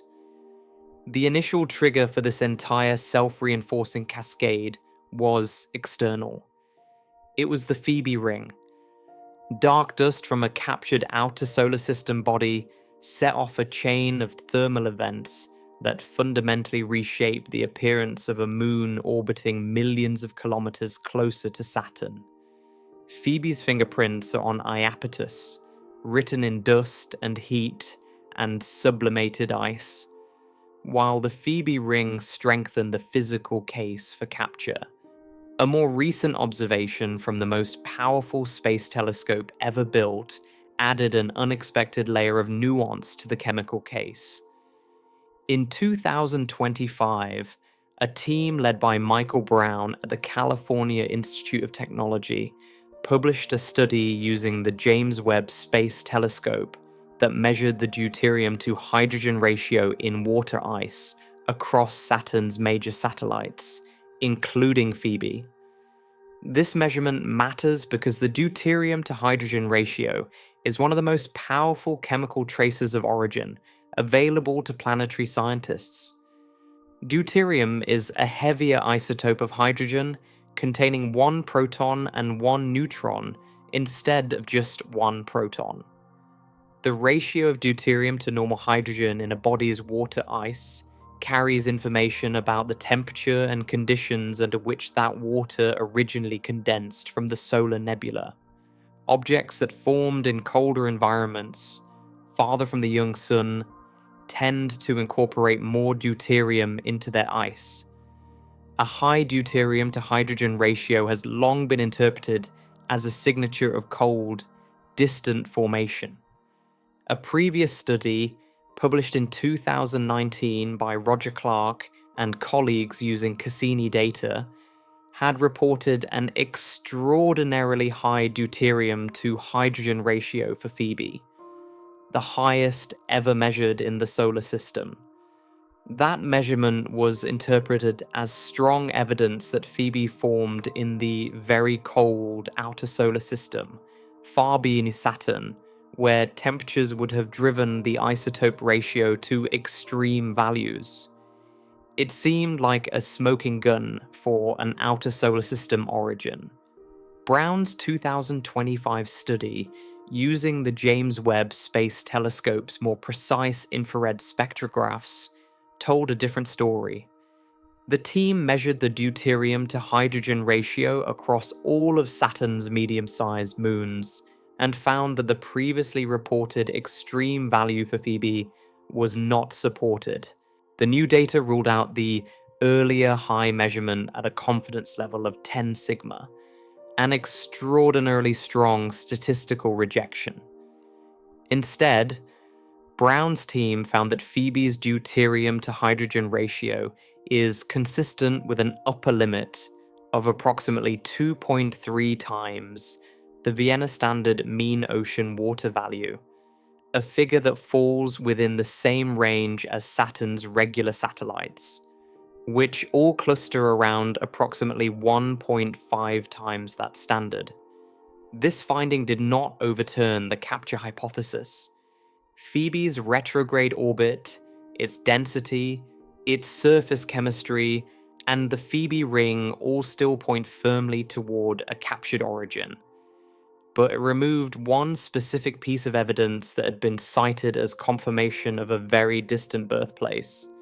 The isotope ratio no longer distinguishes Phoebe's water ice from the water ice found on Saturn's native moons.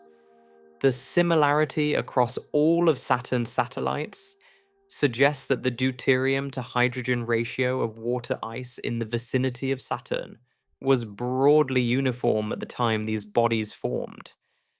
Regardless of whether they formed in Saturn's circumplanetary disk or were captured from elsewhere.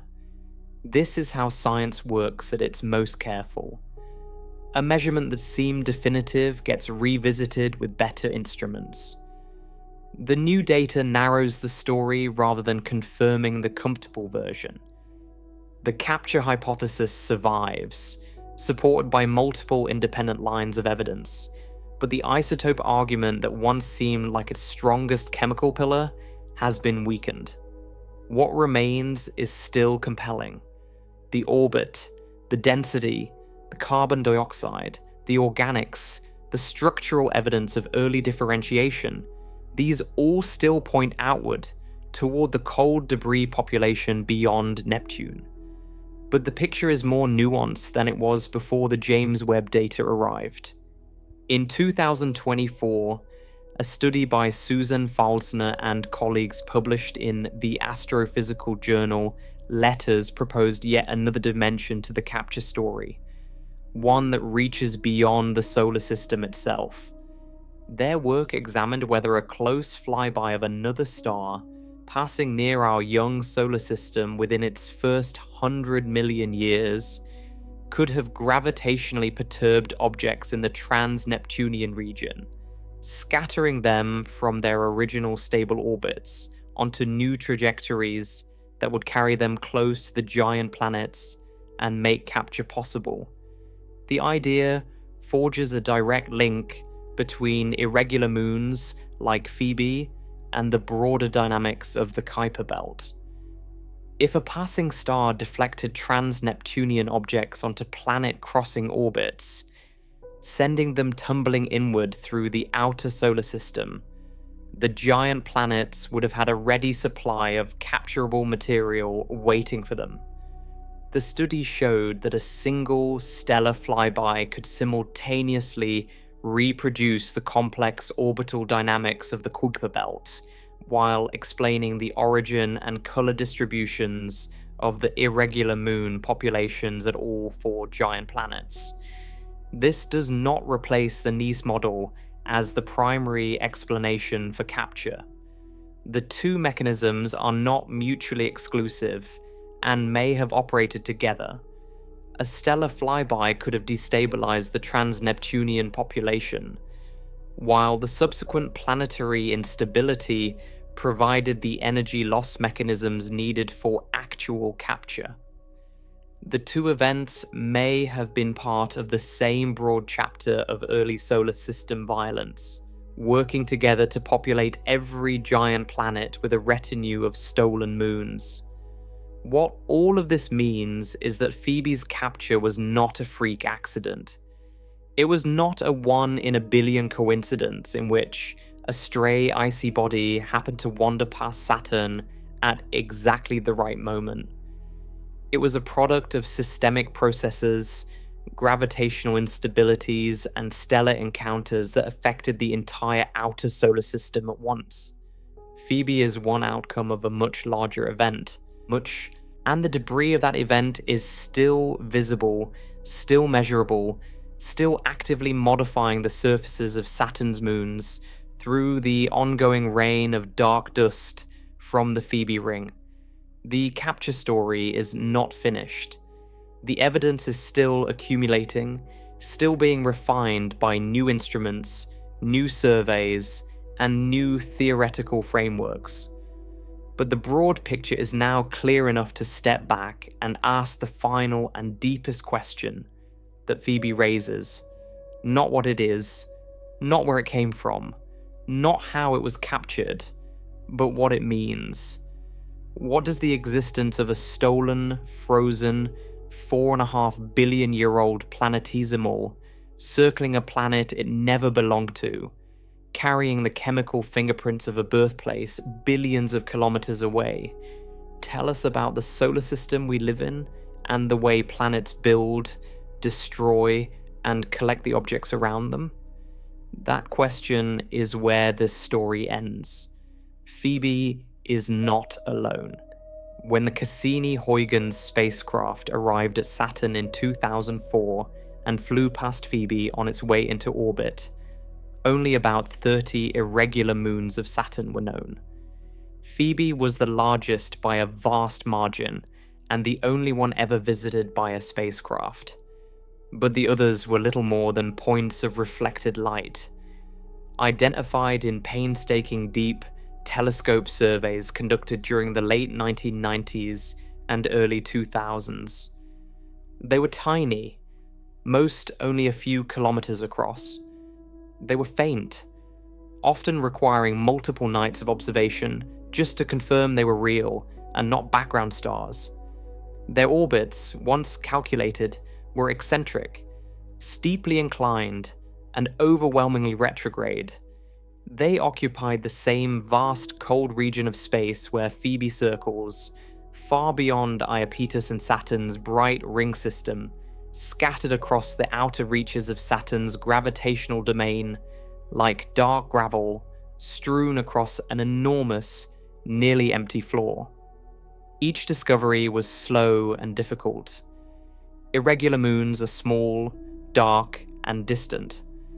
Finding them required large telescopes, long exposure times, and sophisticated software capable of distinguishing a slowly moving point of light from the static background of stars. For years, the known population of Saturn's irregulars grew by ones and twos, each new discovery adding another faint dot to an increasingly complex picture of Saturn's outer satellite system. In the years after Cassini's arrival, the count climbed steadily. New survey techniques using longer exposures, more powerful charge-coupled device cameras, and improved image stacking methods pushed the detection limit lower, finding smaller and fainter objects that earlier searches had missed. By the early 2020s, the number of known Saturnian irregular moons had roughly doubled from the original 30. But nobody was prepared for what came next. In 2025, a team led by Edward Ashton at the Institute of Astronomy and Astrophysics in Taiwan working closely with Brett Gladman at the University of British Columbia and other colleagues, announced the discovery of 128 new irregular moons of Saturn. 128 confirmed new satellites from a single coordinated survey campaign. The team had used the Canada-France-Hawaii telescope to repeatedly monitor the sky around Saturn across multiple observing seasons between 2019 and 2023, combining multiple images from each session to detect extremely faint objects against the background noise. The work was painstaking and enormously productive. The haul more than doubled the known population of Saturn's irregular satellites overnight, and in 2026, 11 more were added, pushing Saturn's total moon count past 285. Every one of the newly discovered moons is an irregular satellite. Everyone orbits far from Saturn, in eccentric, inclined paths. The vast majority are retrograde.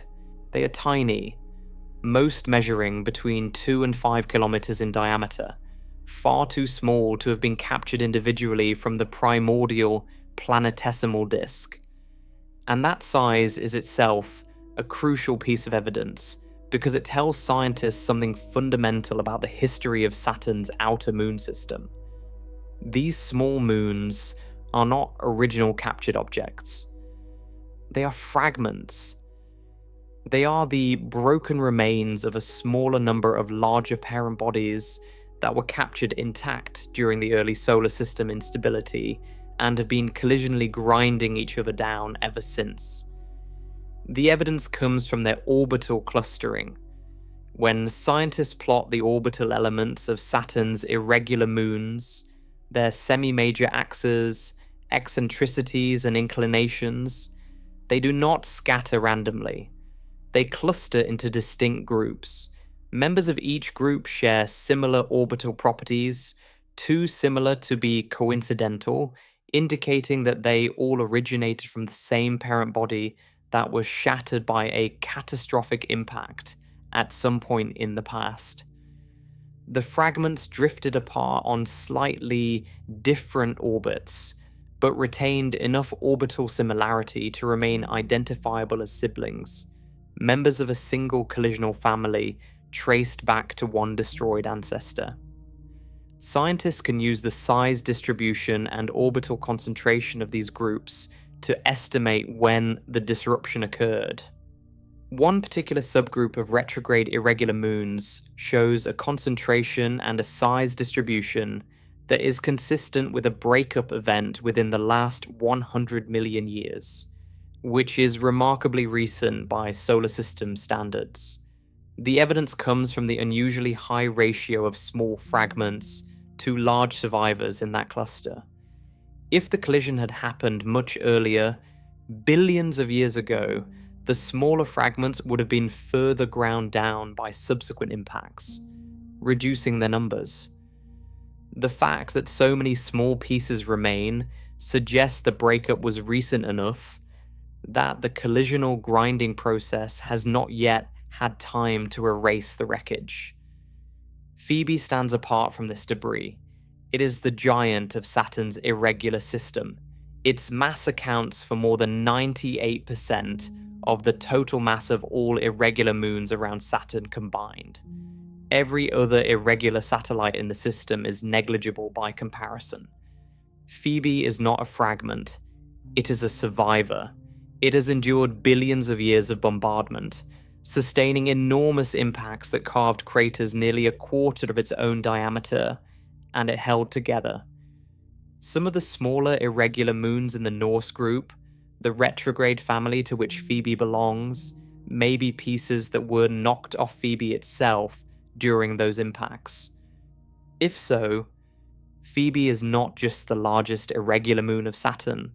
It is also the parent body from which a portion of the irregular population descended. A captured object that, upon being caught, was slowly battered into producing its own family of secondary moons through impact fragmentation.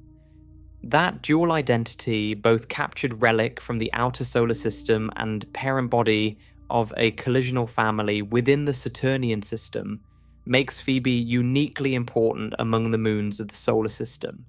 It is an object that links two different processes. The original capture, driven by the gravitational instability of the early solar system, and the mechanisms that trapped outer solar system bodies around giant planets, and the subsequent collisional evolution, in which the captured population was processed by billions of years of impacts into the swarm of small fragments we observe today. Phoebe is the bridge between those two eras. It preserves information about the original capture population, the size, composition, and structure of the objects that were caught, while its surface craters and the debris field around it record the collisional history that followed. But Phoebe's significance extends beyond Saturn, because what happened at Saturn happened everywhere. Every giant planet in the solar system has irregular moons. Jupiter has over 70 known irregulars clustered in their own orbital families. Uranus has a smaller but clearly defined population, with retrograde satellites orbiting at vast distances from the planet. Neptune has Triton, the colossal captured world that destroyed the planet's original moon system upon arrival, along with a sparse handful of smaller irregulars that either survived the chaos of Triton's capture or were captured independently at a later time. At every giant planet in the solar system, the same fundamental story plays out in its own local variation. Objects from the broader solar system, small icy bodies that formed independently, were swept up by the gravitational reach of migrating planets during the chaotic early era and locked into orbits they never chose. The pattern is universal. It is not an accident or a curiosity limited to one planet.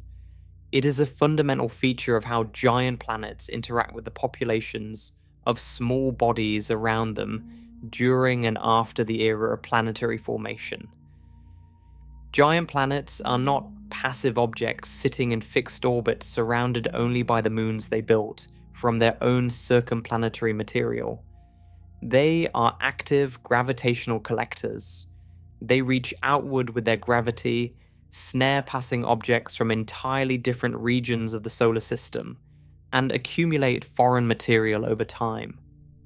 Some of that material survives intact for billions of years, like Phoebe, preserved by the gentleness of its capture and the vast distance of its orbit from the planet's tidal influence.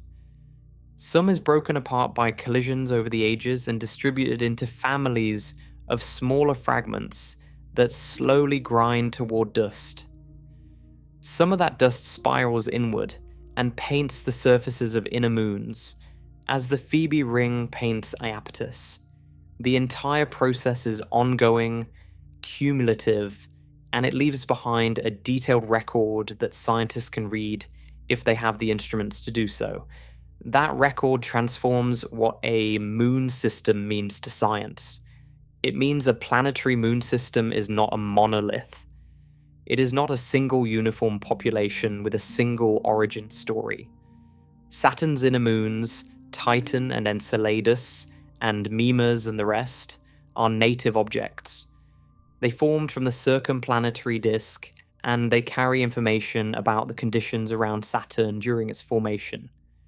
But Saturn's outer moons, the irregulars, carry different information. They are samples of the wider solar system. They formed elsewhere in regions with different temperatures, different chemistry, different dynamics.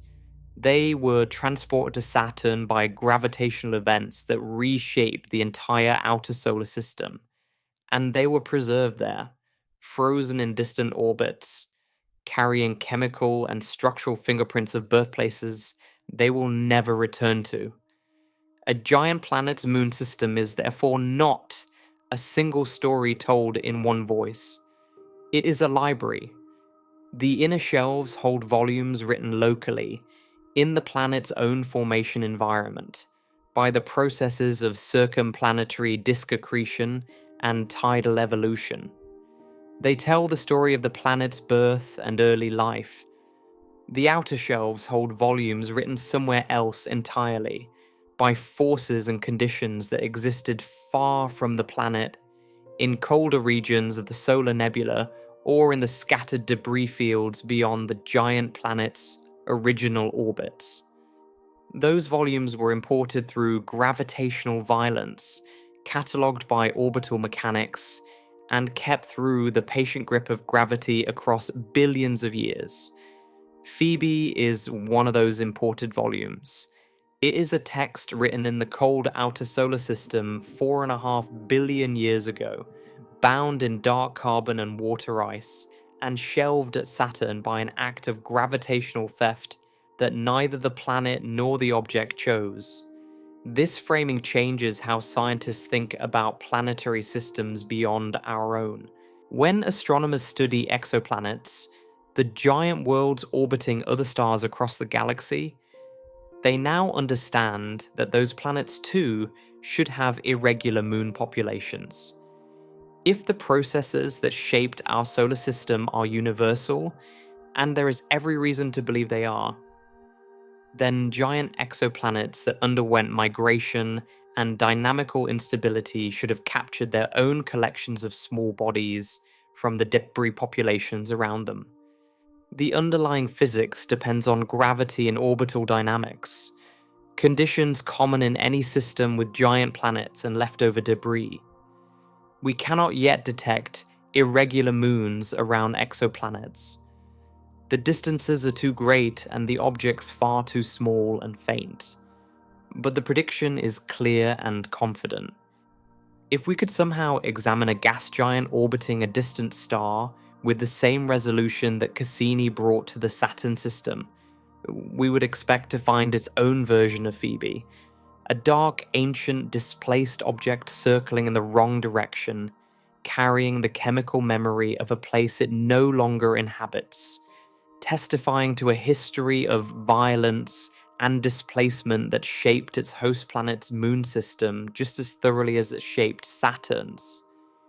That expectation is built directly on what Phoebe taught us.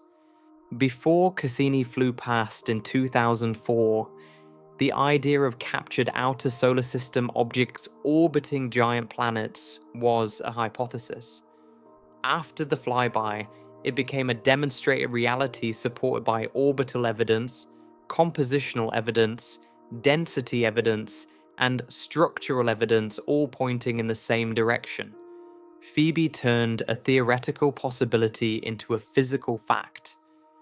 Giant planets steal objects from the wider solar system. They have always done so, and the objects they steal carry information that nothing else can provide. Think about what that means for Phoebe specifically, and what makes it different from nearly every other object we can study in the solar system. This is a body that formed in the outer solar system, beyond the orbit of Neptune, roughly 4.5 billion years ago. It condensed quickly from the raw materials of the solar nebula, incorporating water ice, rock, carbon dioxide, organic compounds, and short-lived radioactive isotopes that heated its interior and drove partial differentiation within the first few million years. It began the process of becoming something larger, a small protoplanet, a potential building block of a larger world, and then it stalled. Its internal heat dissipated. It froze solid. The solar system continued evolving around it, planets migrating, debris scattering, orbits being reshuffled on a grand scale, while Phoebe drifted as a cold, inert relic, carrying inside itself a frozen snapshot of conditions from the earliest epoch of planetary formation. Then, hundreds of millions of years later, when the giant planets underwent their great instability and the entire outer solar system was violently reshaped, Phoebe's orbit brought it close enough to Saturn for the planet's gravity to catch it. The capture was gentle by cosmic standards. Phoebe was not tidally heated, not resurfaced, not geologically reactivated. It was simply trapped in a distant retrograde orbit, far from Saturn's bright inner moons, and left there. For the next 4 billion years, it circled Saturn in the dark, absorbing the slow rain of micrometeorite impacts, accumulating a thin, dark crust of space-weathered carbonaceous material over its icy interior, shedding dust particles that built the Phoebe ring, and silently carrying the chemical and structural record of a world and an era that no longer exist in their original form anywhere in the solar system. This is the key point. Everything Phoebe preserves, its carbon dioxide ice, its organic chemistry, its balanced mix of rock and ice, its differentiated interior, its dark surface coating, is a direct sample of the outer solar system as it existed before the giant planets reshaped it.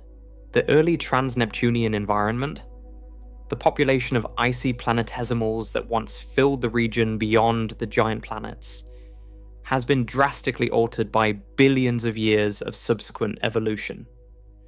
The Kuiper belt still exists, but it has been sculpted, scattered, and depleted by planetary migration and by the ongoing collisional and thermal processing that affects any population of small bodies exposed to the space environment over cosmic time. Phoebe was removed from that environment early. It was placed in cold storage around Saturn, locked into a stable orbit far from the planet's tidal influence before the worst of the processing occurred. Saturn accidentally preserved a sample of a population that has otherwise been largely destroyed or transformed beyond recognition. In a sense, Phoebe may be a better preserved example of the original trans-Neptunian planetesimal population than many objects still residing in the Kuiper belt itself. That possibility gives it scientific value that extends far beyond the study of Saturn's moon system.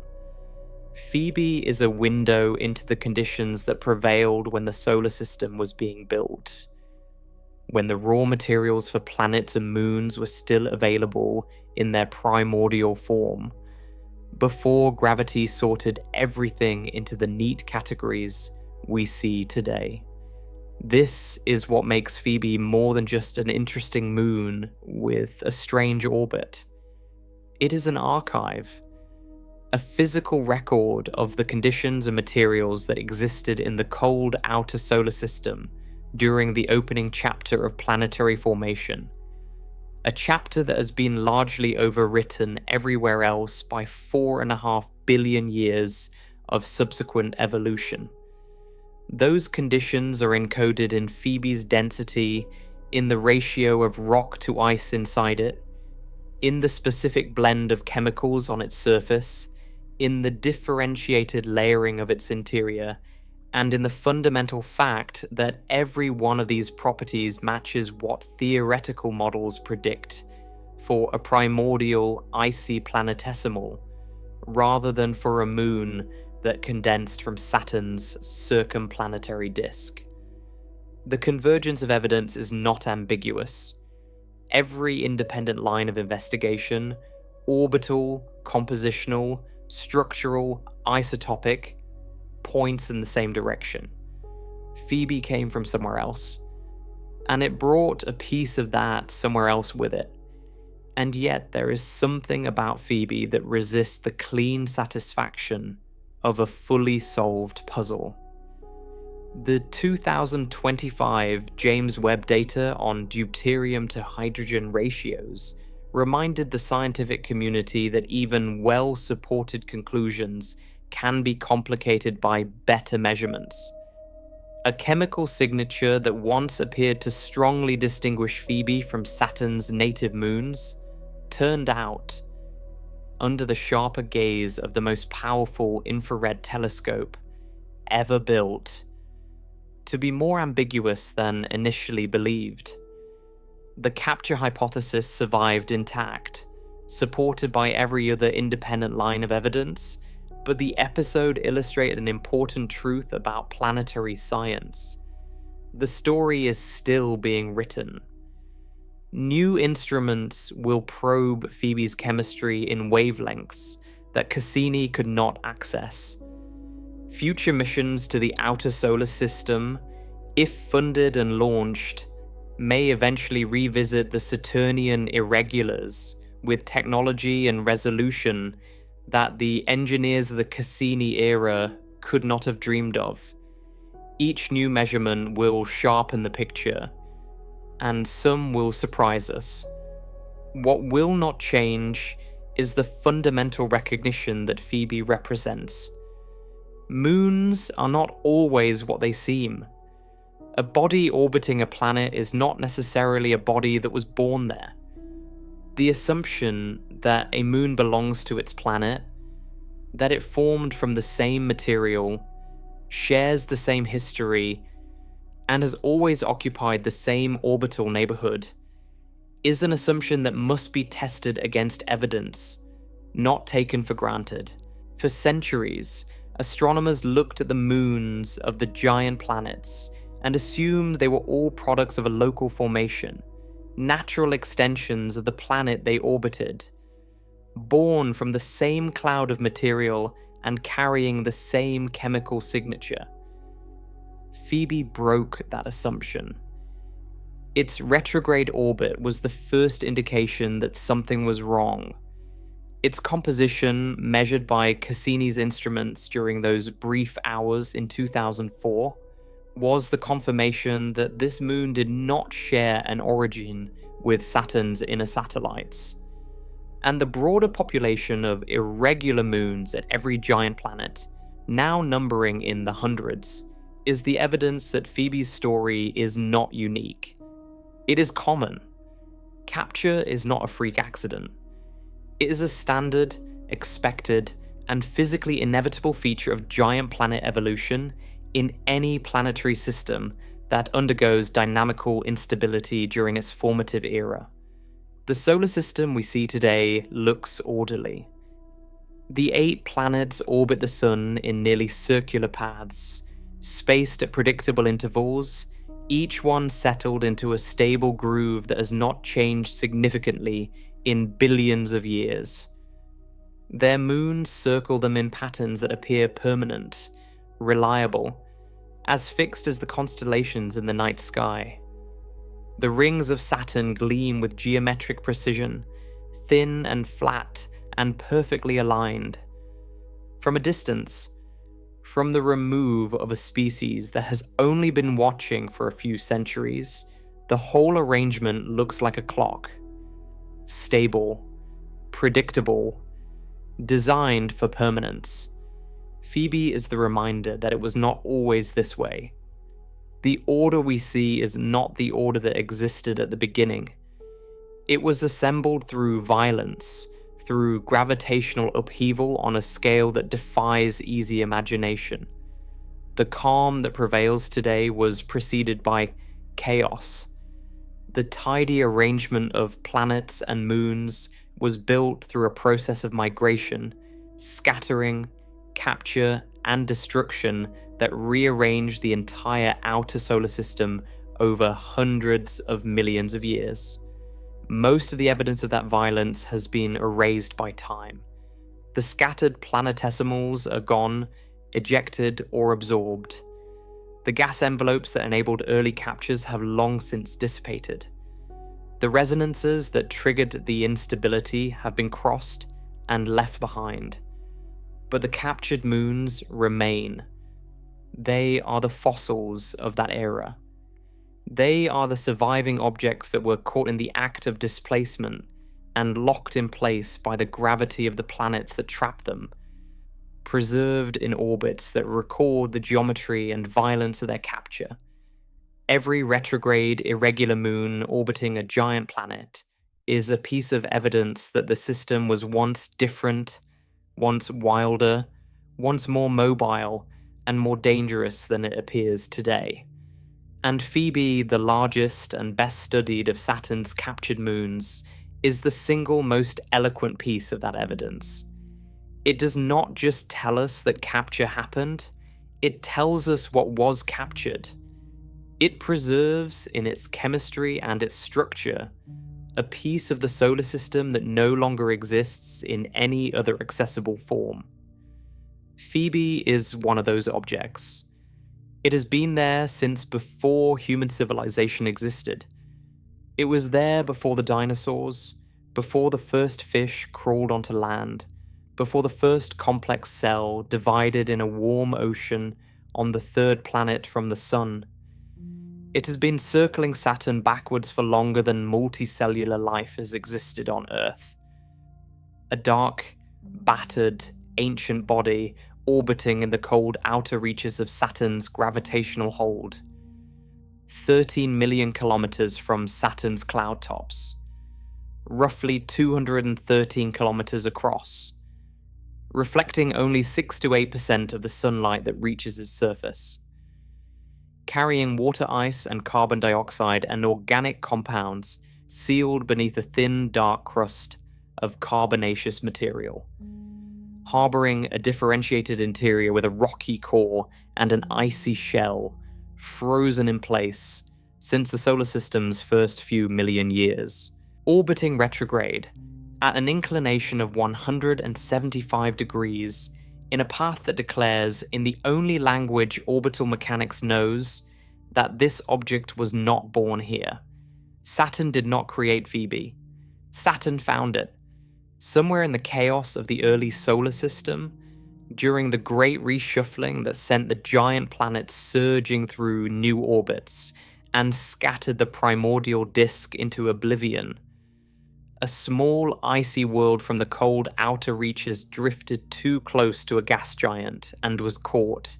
It lost just enough energy to fall into orbit, and not enough to fall inward toward destruction. It settled into a distant, retrograde path, far from the busy inner system of bright, icy moons, and it stayed. It has been there ever since. Not as a native, not as a product of Saturn's own formation, but as a captive. A displaced relic from a colder, more distant region of the solar system. A visitor that became a permanent resident. A frozen fossil from a population of primordial bodies that Saturn has no natural right to possess. Locked in orbit like a specimen in a museum that does not fully understand what it is holding. Every time a telescope turns toward Phoebe, every time an infrared spectrometer measures the faint light reflecting off its dark surface, every time a dynamicist models its orbital evolution or a geophysicist calculates its internal structure, it is reading a message from the outer solar system's deep past. A message that was written before Saturn's regular moons had finished forming. Before the Phoebe ring began painting Iapetus dark. Before the last great instability rearranged the planets into the positions they hold today. The message is not mysterious. It is not encrypted. It's written plainly in orbital elements and spectral lines and density measurements. And it says something simple but profound. The solar system was not always this way. The boundaries between planetary systems were not always respected. Objects that formed in one region ended up in another. And the evidence of that displacement, the proof that moons can be stolen, carried across billions of kilometers, and frozen into new orbits around planets they were never meant to circle, is still out there. Still circling. Still dark. Still carrying the fingerprints of a birthplace it will never return to. Phoebe is that evidence. A stolen fossil orbiting a planet it was never meant to belong to, holding inside itself a piece of the solar system's earliest and most violent chapter. Saturn caught it. Saturn kept it. And after 4.5 billion years in cold storage, Phoebe is still the most eloquent argument we have that the moons of giant planets are not all born equal. Some of them are natives, some of them are thieves' prizes, and some of them, like Phoebe, are both survivors and witnesses, carrying in their frozen bodies the memory of a solar system that no longer exists anywhere except inside the objects it displaced.